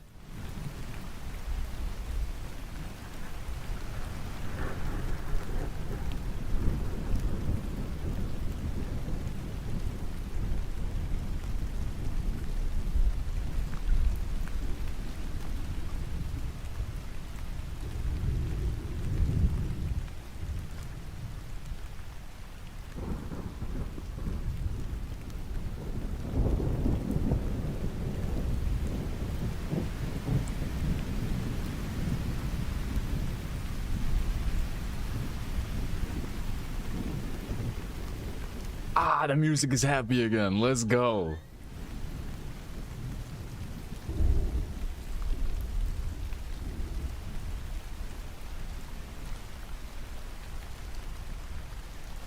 Wicked.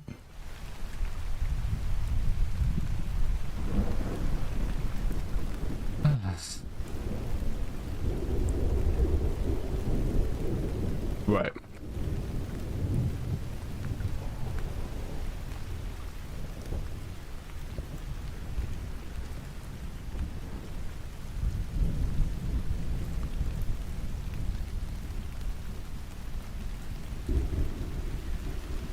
Comments, can I leave prison?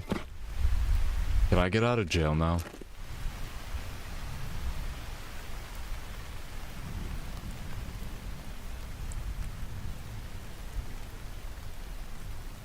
Okay. Save.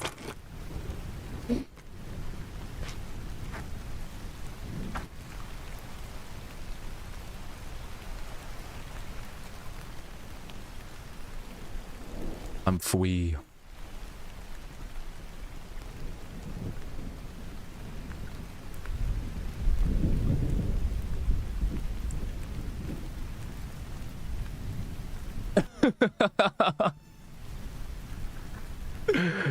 Dumbass child. It literally is a whole different cat.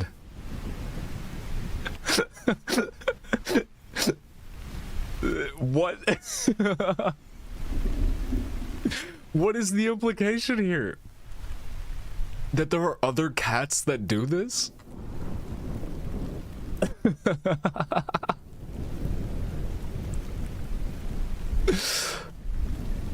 What?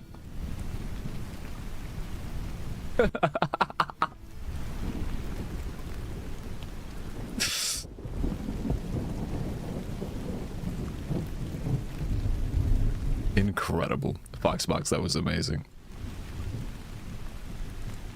Again, sorry I had to step away. I could still hear the movie, I was just on the phone. Ah.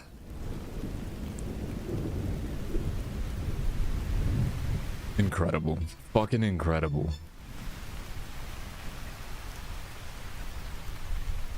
Alright, you know what fucking time it is. You know what fucking time it is. It's time for Speed 2 Cruise Control.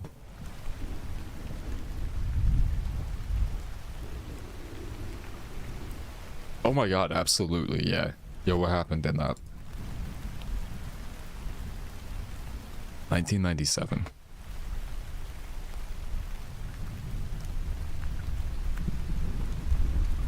What happened?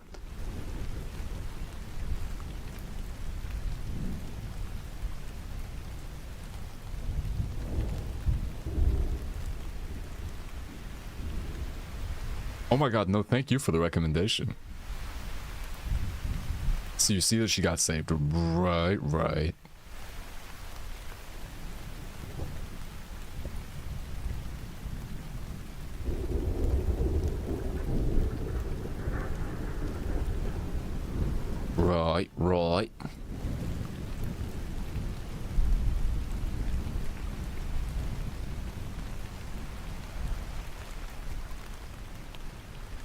This movie is hot dog shit.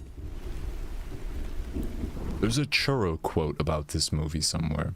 After that, it pans to her still at the bottom of the ocean, in the cage, just knocked out of her mind from the oxygen. Wait, they debate you twice in that version into thinking she got saved? Are you fucking serious? They do it again? Wait, what? That's fucking diabolical.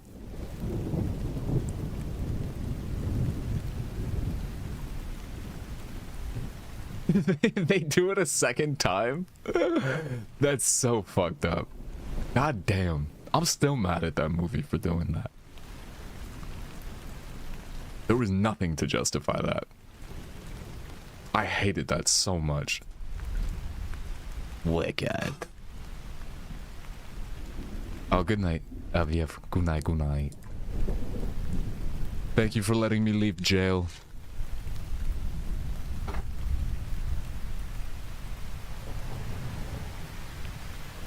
Also, thank you, Kata, for letting me leave jail. You were the one with the gun. As seen here. That movie was fucking diabolical.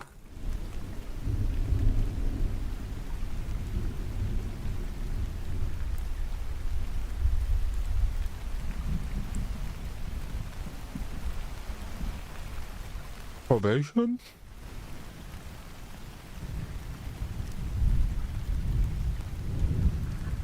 Never mind. I mean, mysterious prison guard. Mysterious prison guard who wore a balaclava the entire time. It was very clearly a human. And very short. Very short human. Wearing brightly colored clothing with no tattoos. Who was also my prison guard. Thanks. Shout out them. Shout out all them.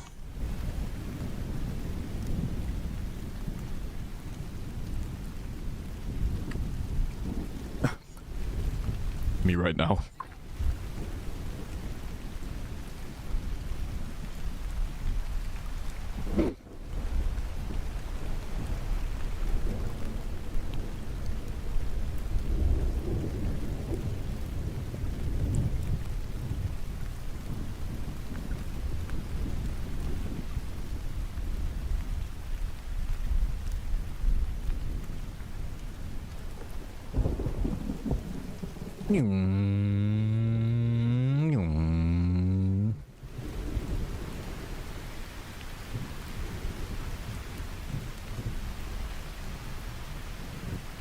hours and 5 minutes. Okay, I can't get mad at this all over again.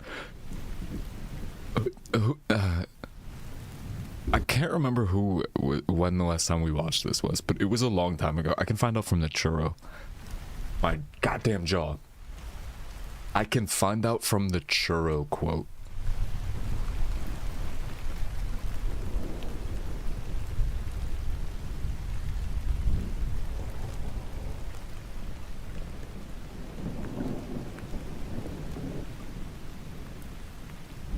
Well, roughly, I guess.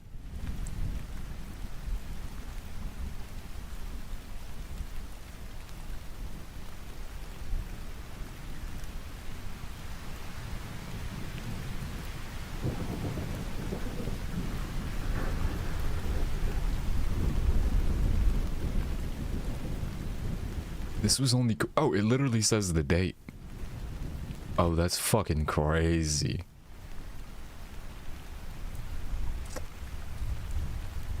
You French people are in this chat?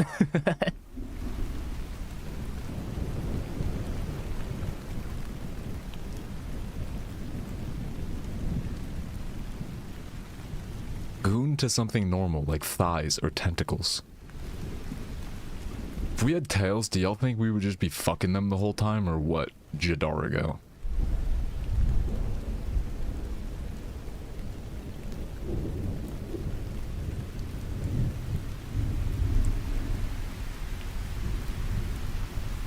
I love how this is literally the only quote with a fucking date on it. This is from 12/16/2024. Quote 72. That was the last time we watched this movie, and I turned it off considerably. Wench? I turned it off halfway through and just kept like fucking raging at how long it is. I've seen this movie dozens of times. I've watched it since I was a kid. Or I've seen it like a bunch of times since I was a kid. And I used to like it, kind of. It is insufferably long. It's so ridiculous.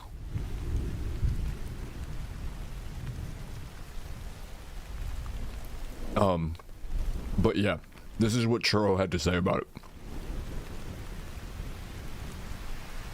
Because, Keanu Reeves was in the first Speed. And then they made the second Speed without Keanu Reeves.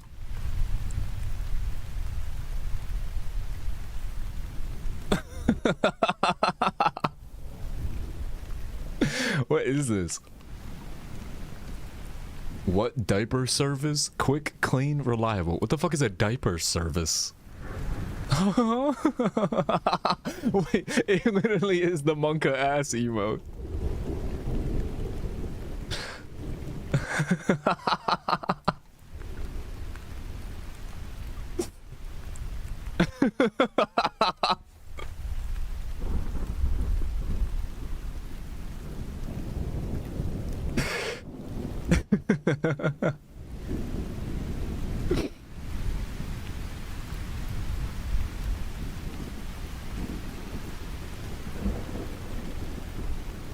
Oh my. Oh my. But yeah. Churro said, I'm a lurkin' now, but fuck that towhead, great value, Tom Cruise, bionicle, balcony, hairline, Keanu Reeves usurper. Incredible shit. Incredible shit. That baby was built like a linebacker. Ah, fuck. Close the thing.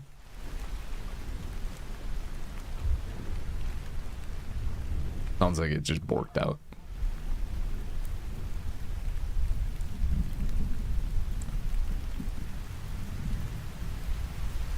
Is it still sharing? Hopefully.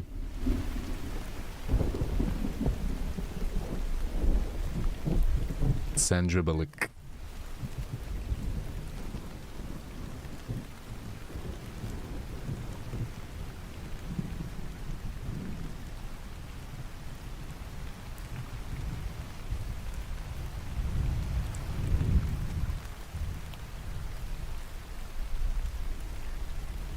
Uma Thurman. Monka. Uma Thurman's great.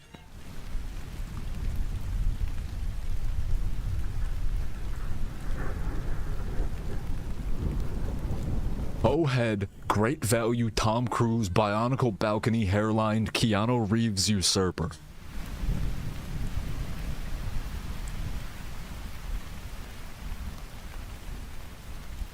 I mean, I forget his fucking name, but it's the goddamn guy from The Lost Boys.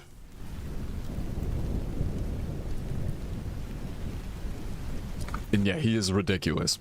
And his hairline is ridiculous.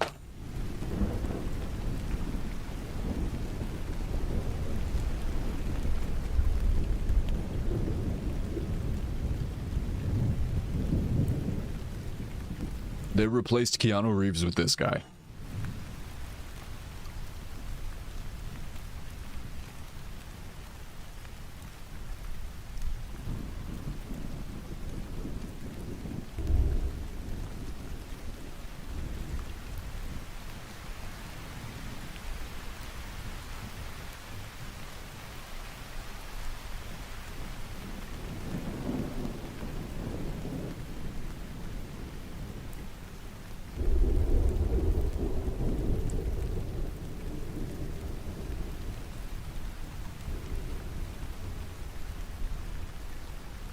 Oh, you had to refresh? Uh-oh. Let me redo it. Stop share, screen share, share, boom, boom. Okay.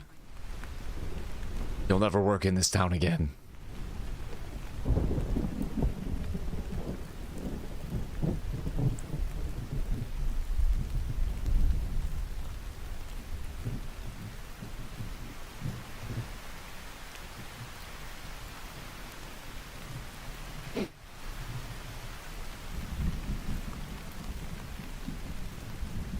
He lied.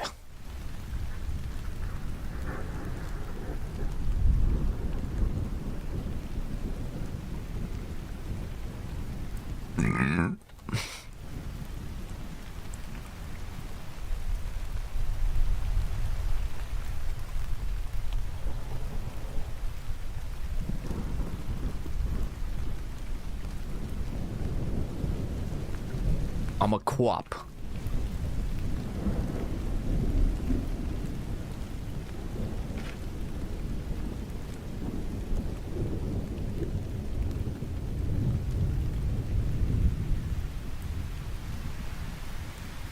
He said, yes, but if I told the truth, you wouldn't like me. What was I supposed to do? I don't know. That's a good question.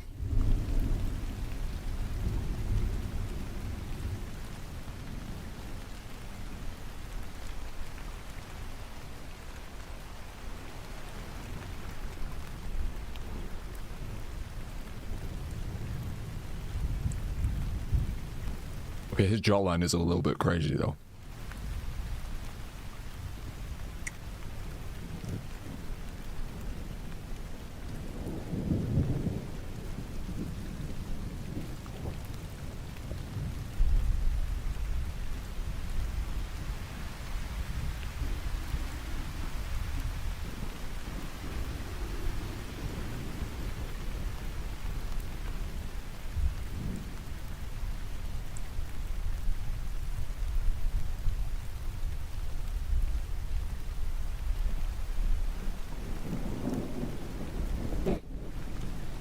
I'm free from poison.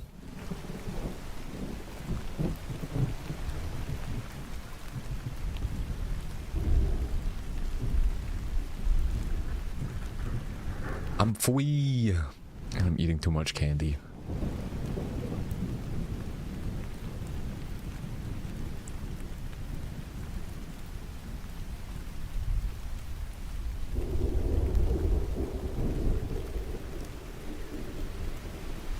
Unbelievable that this movie ever got made.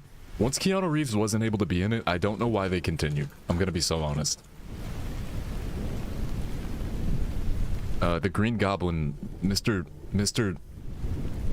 Supposedly massive cock.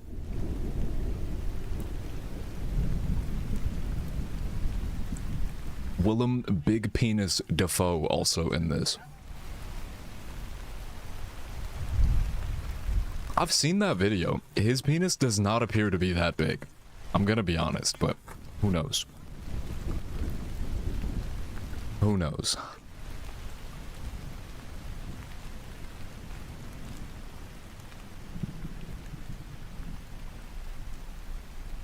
Sour Patch make my T-zone sweat. And like only there.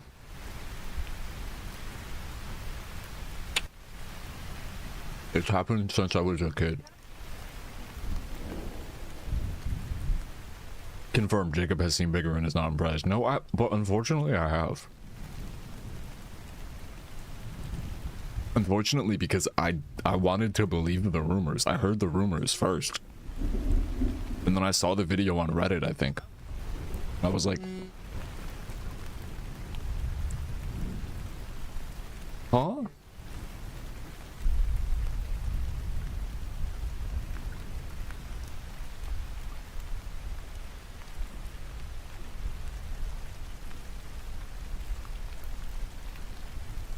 It'll be bigger. Ow.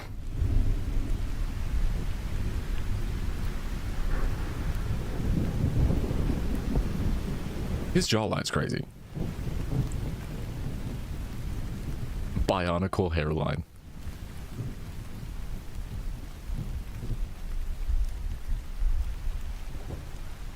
Oh. Oh.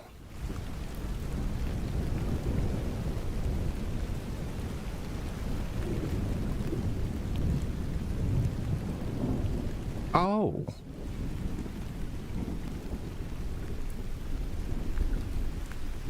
He's gonna plop the question.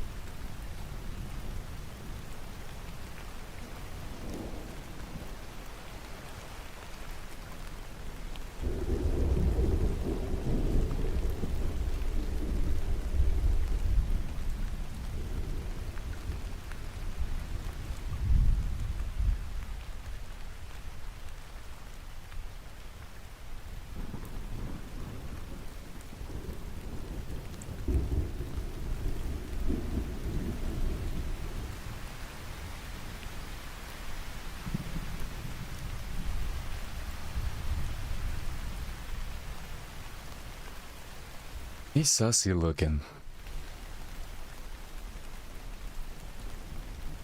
Like, visibly sussy.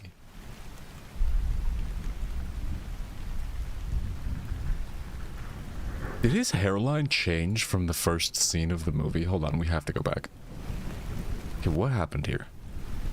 1313.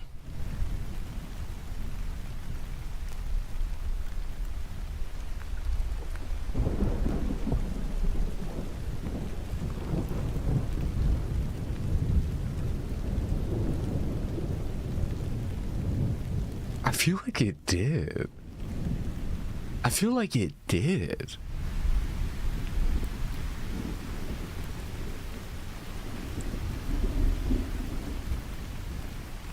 Huh.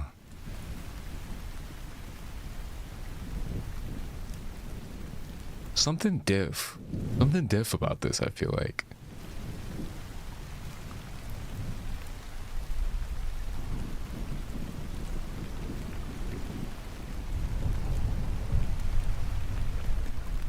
I think she was suggesting sexual intercourse.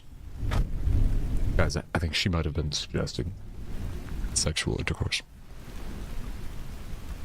But it was in coded language.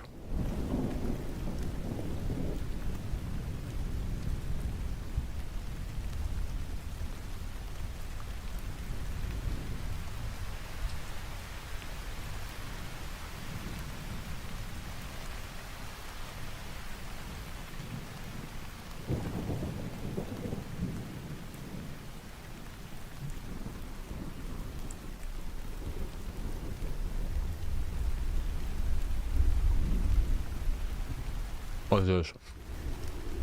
What is this?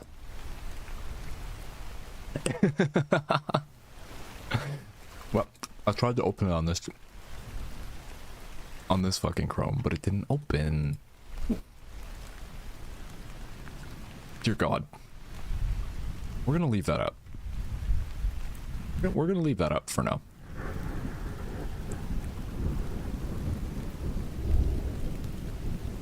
We're just gonna leave that up. Thank you, Zia. In case it changes again.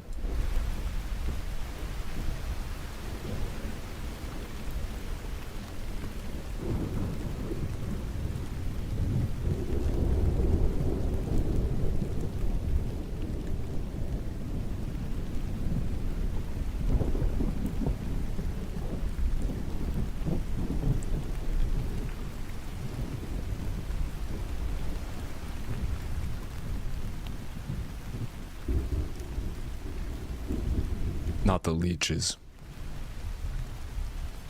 Not the leeches.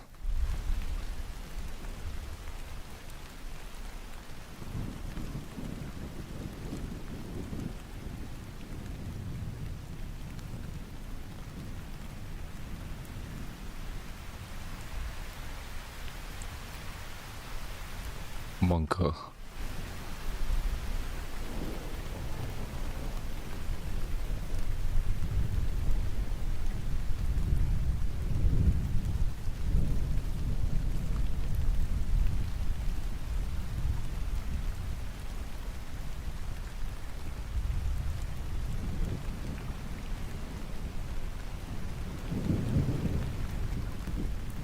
Fuck, he's about to hack. He's about to hack.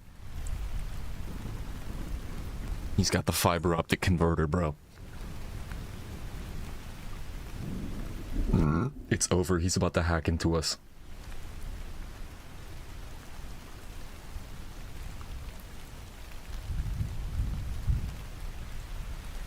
Prepare your mainframe. It's about to get hacked.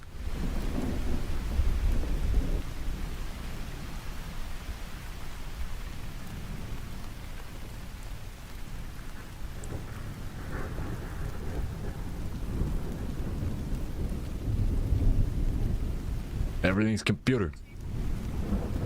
About to hack in.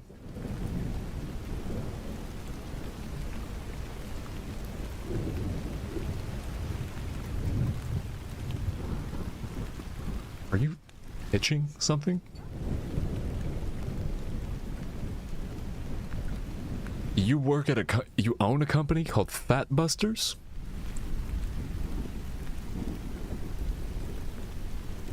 Okay, this arc of the movie will never make sense to me, and it's so creepy, and I fucking hate it.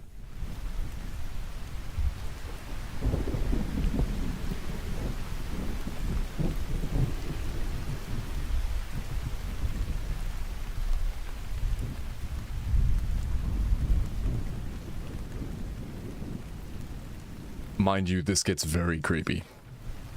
Like, untenably creepy.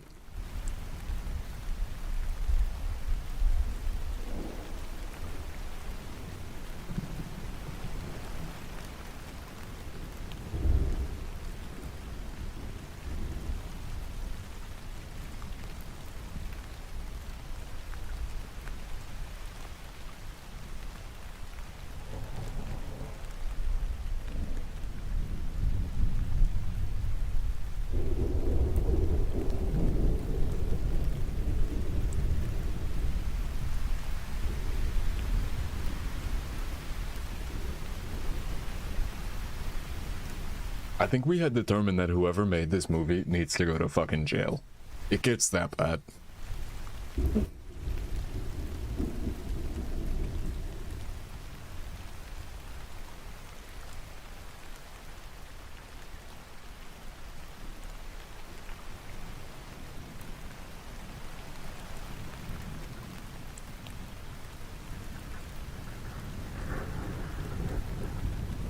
I'm gonna Ouija for this one. It's worth it. A Ouija is probably good.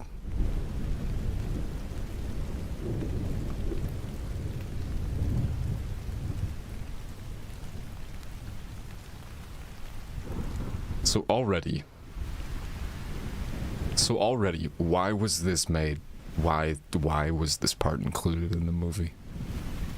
Who wrote this? Who said we needed this?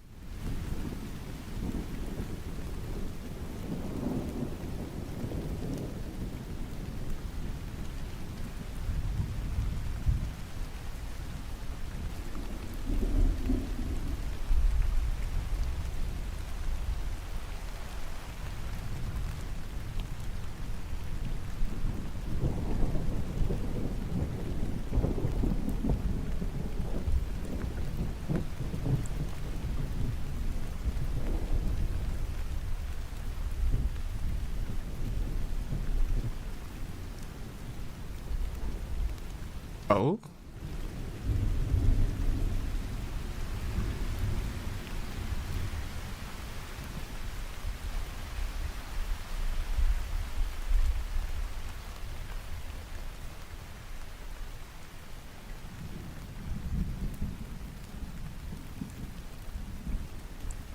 Ow.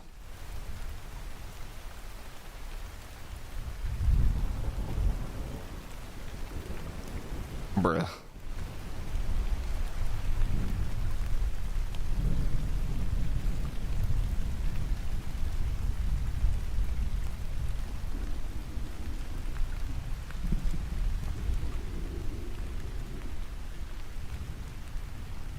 With a smell.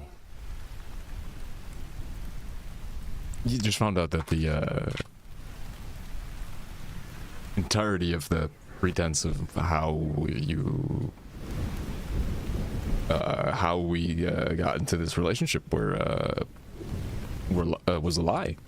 I just found out you lied to me about everything about you. Feels like only a week ago that you tried to make up for lying to me about everything with tickets to a cruise. It feels literally just like yesterday.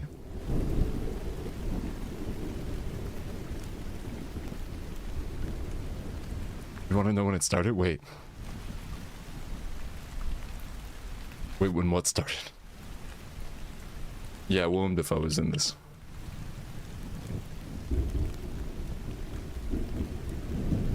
When men got involved. No, literally, though.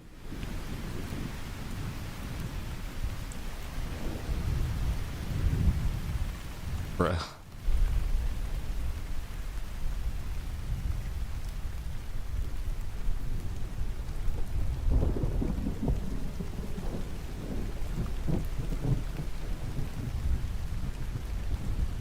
No, everything about this is that the first of all, the cringe ass fucking relationship that they're in is, you know, cringe. And then on top of it, there's this whole arc that's going to unfold in this movie where that deaf kid keeps like hitting on him, and he has to, it's like supposed to be like endearing or something, that he has to keep being like, come on, you're only 14 and I'm a 40-year-old man. It's supposed to be like cute. Prison. Put the hard drives in the back, little bro. Who made this? It's just so out of touch with, like, you know, what is horribly creepy and what isn't. And like it has never made any fucking sense to me, and every time I watch it, it gets weirder.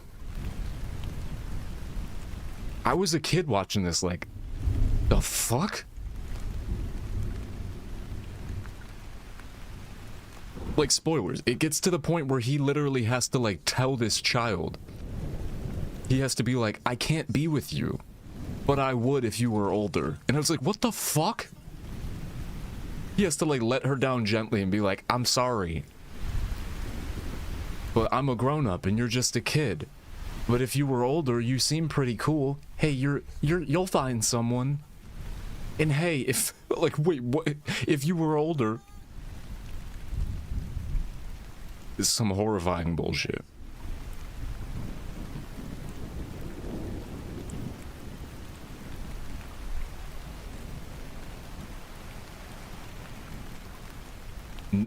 Yeah, I just don't understand why it had to happen. mean, it didn't. This whole movie didn't have to happen, but like, especially not that.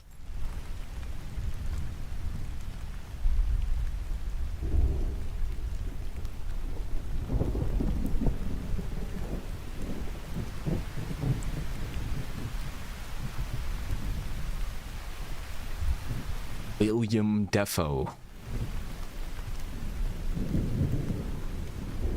William the Foe. Will I am the foe. Will I am the foe.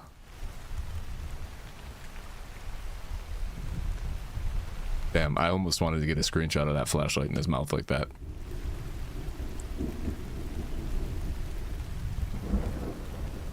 I got the bug now, Zia. I just catch freeze frames and I'm like, what if though?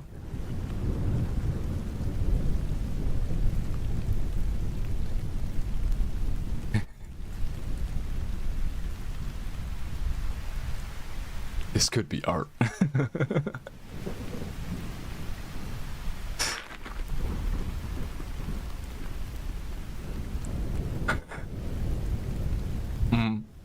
He smuggled like explosives or something in golf balls.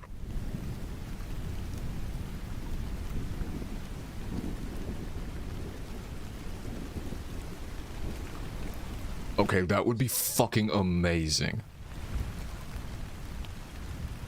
I fully support this idea.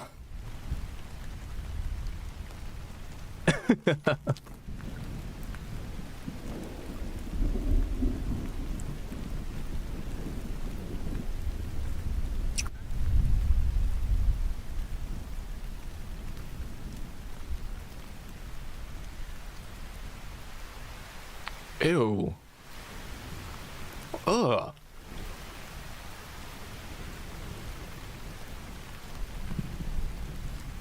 I hate when movies show fucking vomit. I gotta make my own massage practice first, and then see what I can do with with this thing called life. Hell yeah. And then on to making artful compilation cartoons of, or like comics of all of these fuck ass screenshots.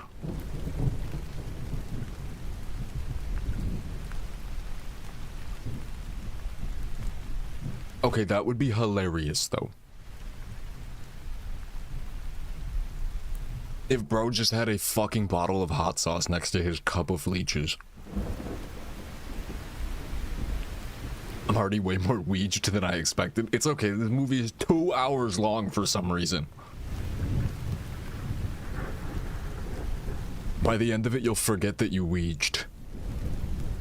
If I even make it. The last time I just tapped out at one point. I was like, this is fucking ridiculous.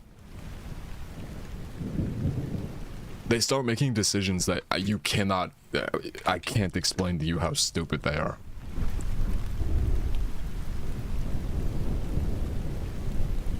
It almost starts to feel like they make decisions purely to make the plot just continue.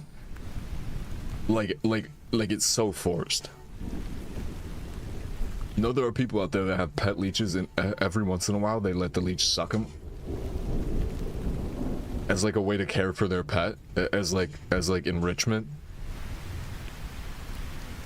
Eek. Eek.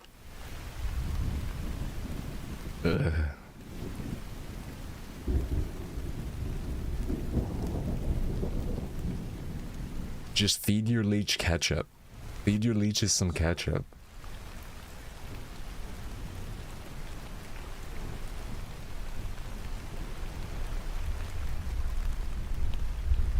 Oh no, kitty.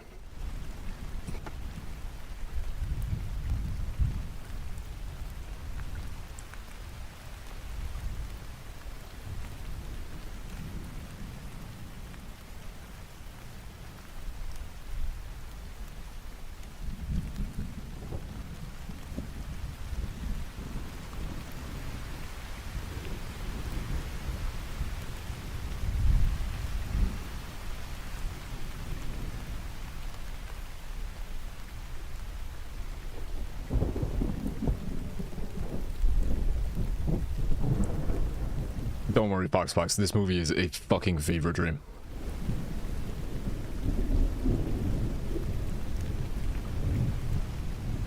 Goddamn Spectrum.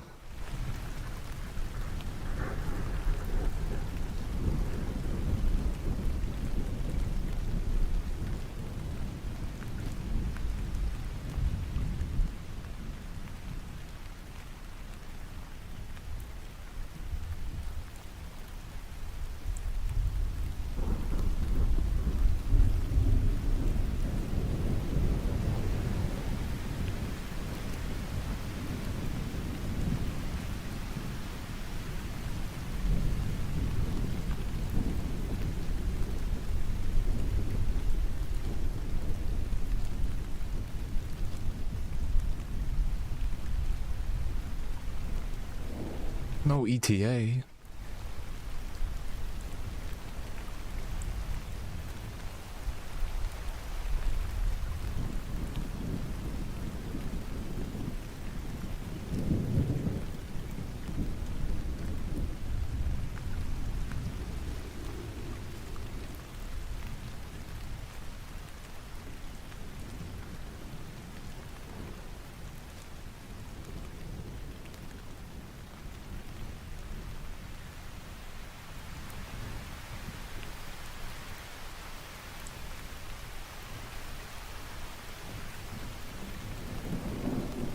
Fuck you, Spectrum. Give us our cat back.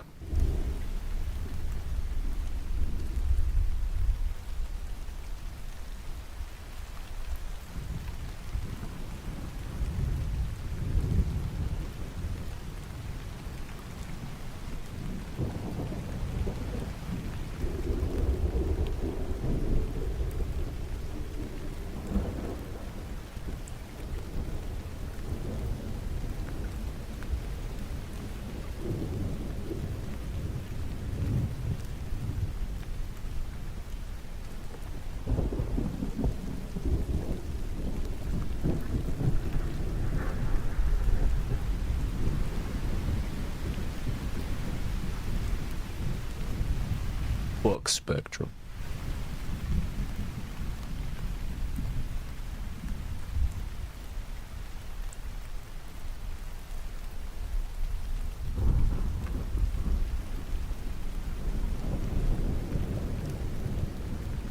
Smash!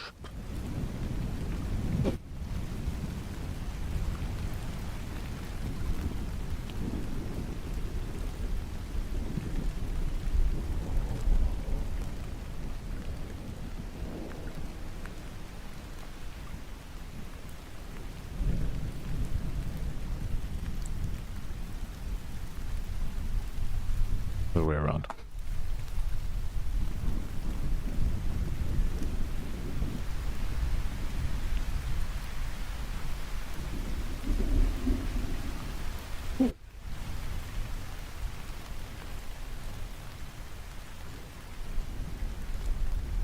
Checking the mainframe?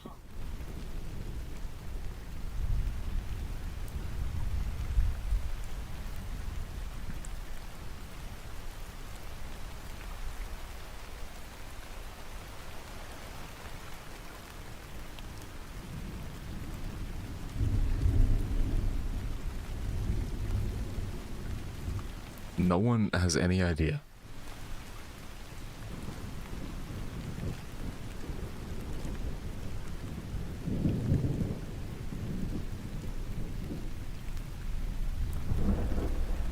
Hey, yo?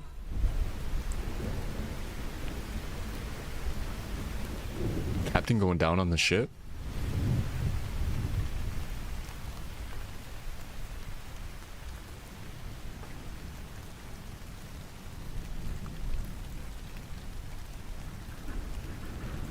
Wee.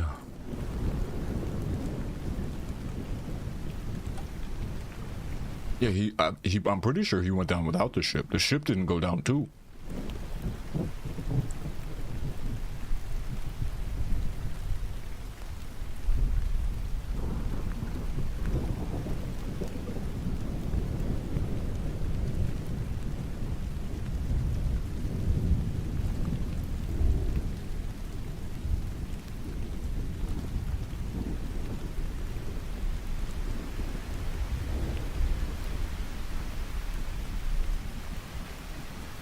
After careful analysis, it does appear that the ship did not go down with him. Only he went down.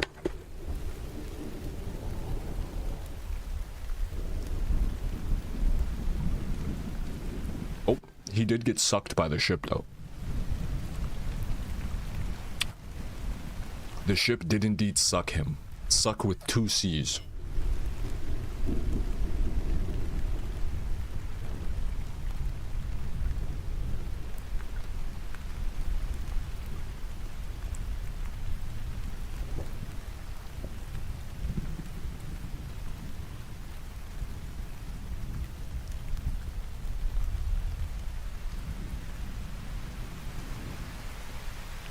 I just don't understand why this is a thing.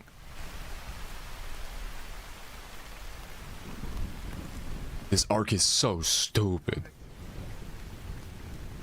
And gross. Ooh, her name is Celeste. Monka gasp.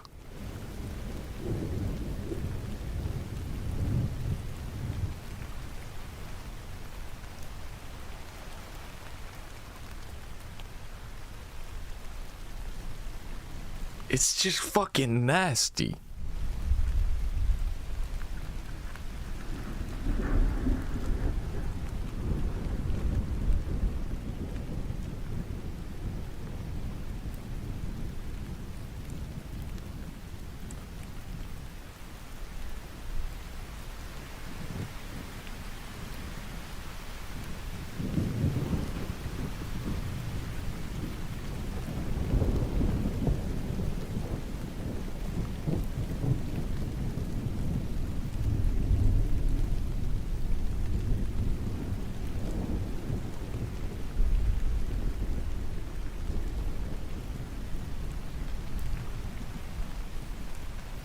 I think I'm gonna be a glasses monkey for the next while.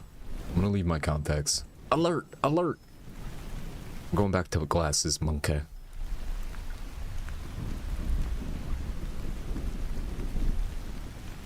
And then I think I'm also gonna get some new glasses.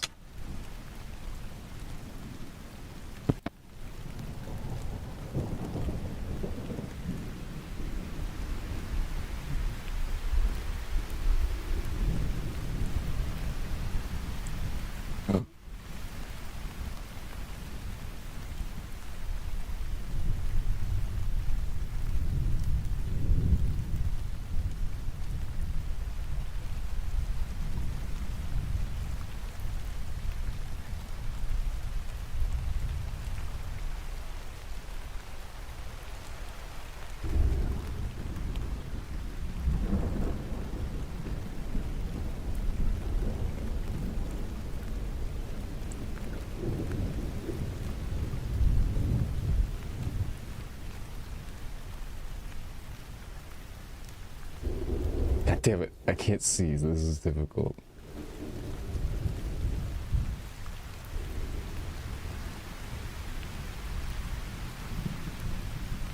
Glasses monkey. Monkey. Donkey.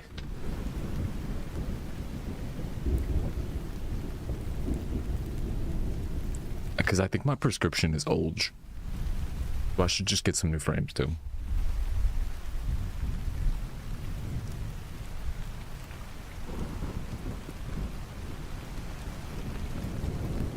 What now?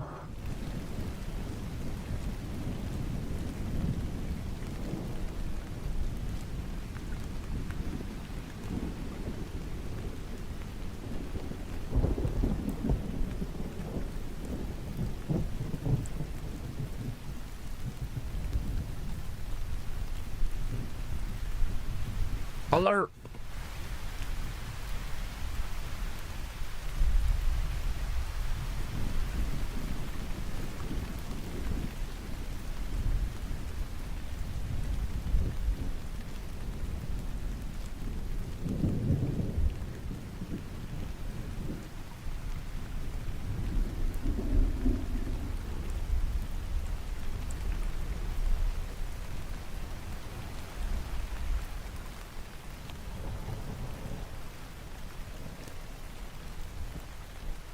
What?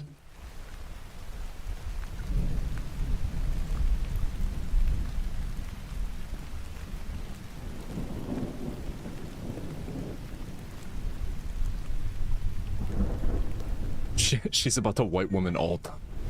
Yo, Churro. This is that movie from your quote.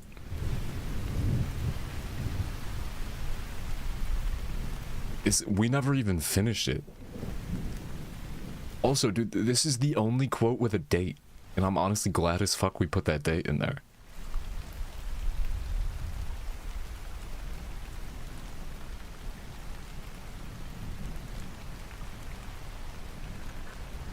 Oh, it's Strawberry Squirt Tart. Dick the Pringles can, because my penis is actually small. My foreskin is really long. So if a girl ever tries to touch my penis, she has to stick her whole arm in the foreskin and look for my little penis like it's the last chip in a Pringles can. I call my dick the Pringles can, because my penis is actually small. This account is called Foreskin Swag.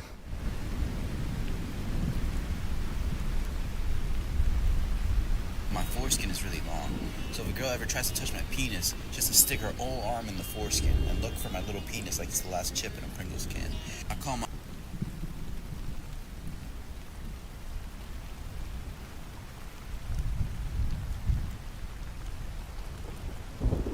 It's called Foreskin Swag.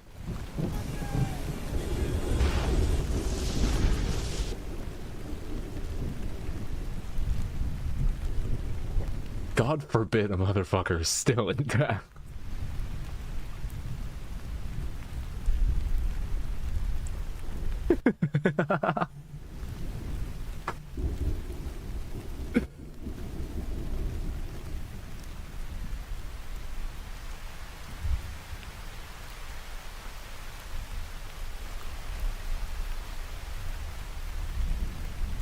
Churro, I challenge you to a Yu-Gi-Oh duel.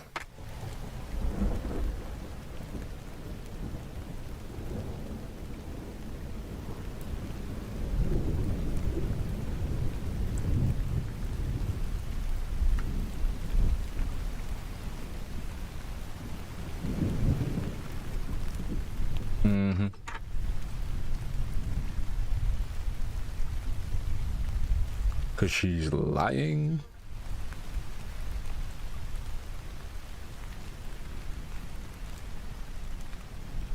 Awa. Isn't it? I only watched a little bit of it, but that game does look fucking amazing. Oh, I'm glad I'm glad your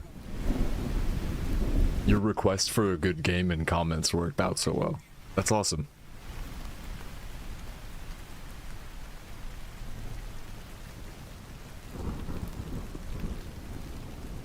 Bro, fuck Spectrum. Speaking of fuck Spectrum, I don't know what in God's name has been happening to my Wi-Fi lately. Cause it's not the power thing anymore.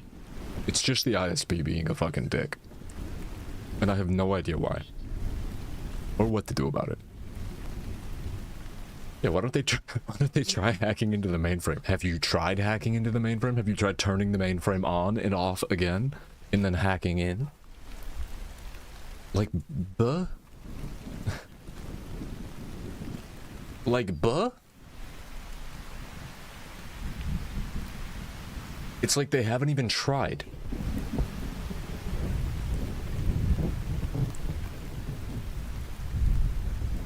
You gotta hack in. They're all DEIers. Like, nobody here knows how to hack it, the fucking mainframe. Crazy.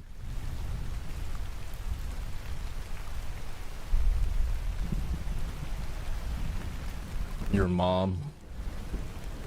Got him. You fucking rolled. What are those?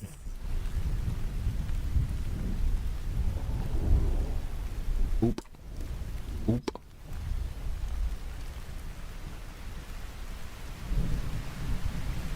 Oh.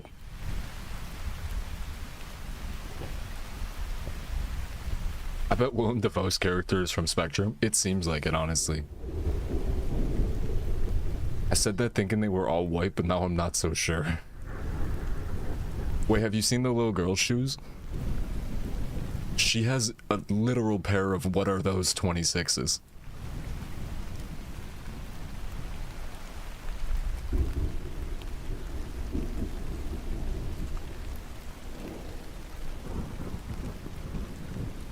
Oh, that's why I said it. Okay, I was.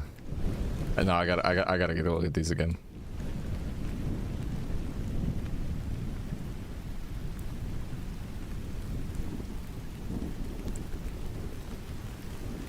Those are crazy. Those are fucking crazy.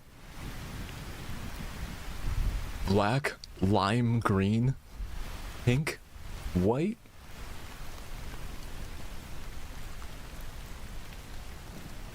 She looks like she puts grocery bags over them when it's raining outside.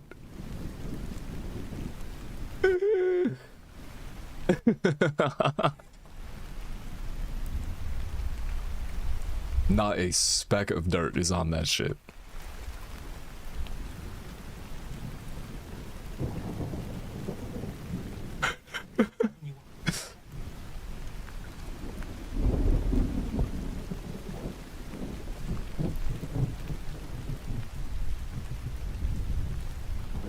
I'll find a better background.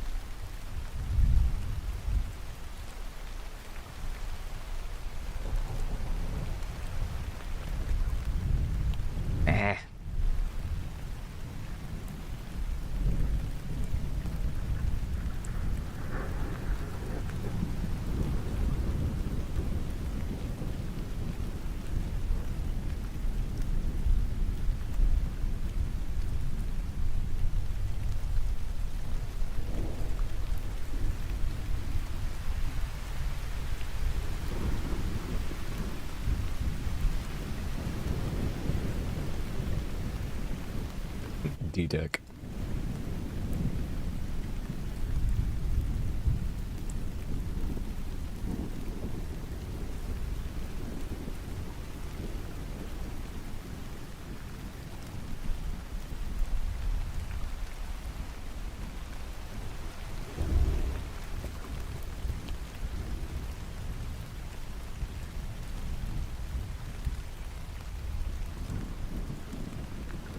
Push the goddamn button.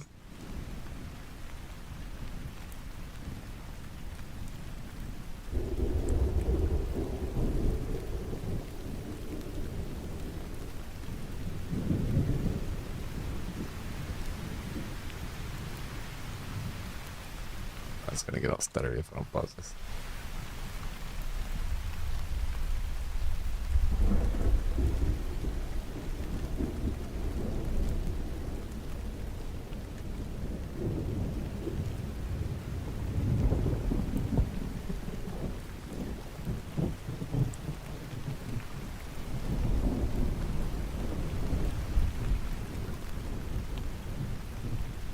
Bastard dick.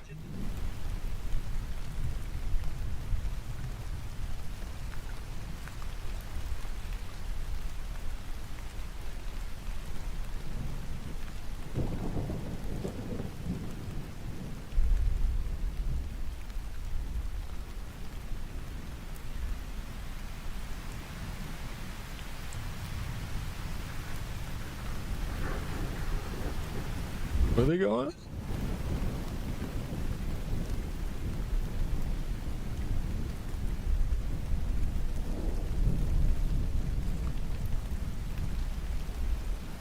The hell does that mean?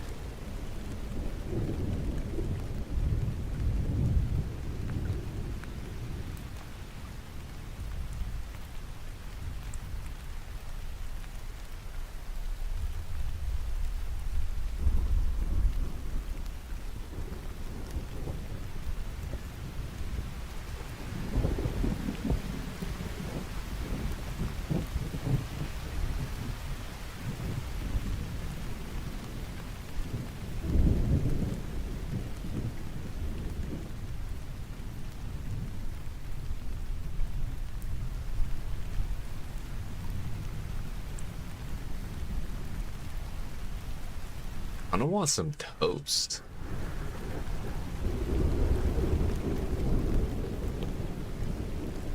I kinda want some toast, bro.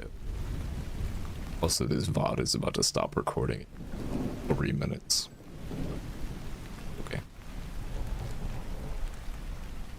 After 3 minutes from now, everything that happens didn't really happen.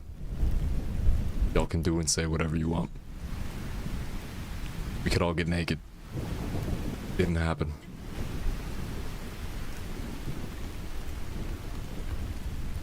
Prepare your strip emotes.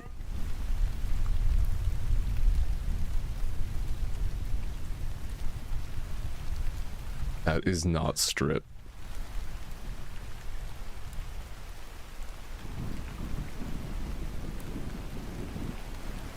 What the fuck was that first emote?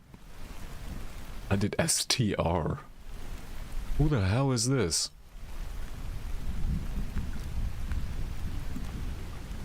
Who the fuck?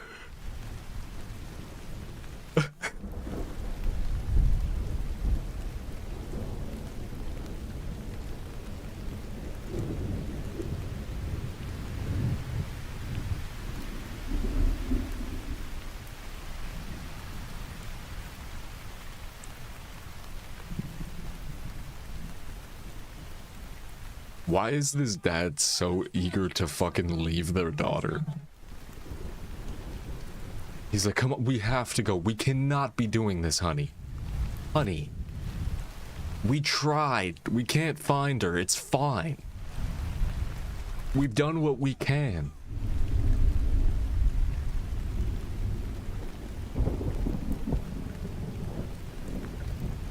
What are we gonna do?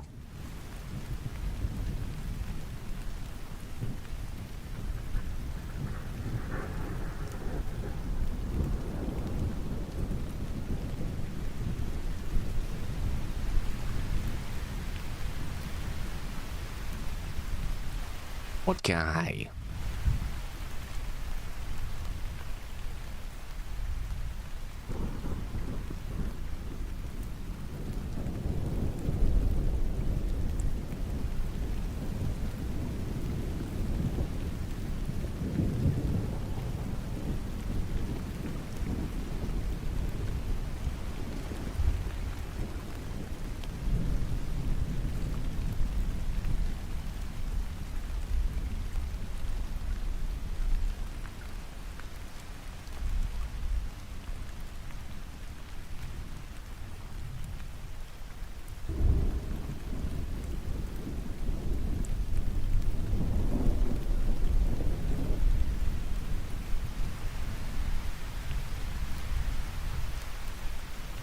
What?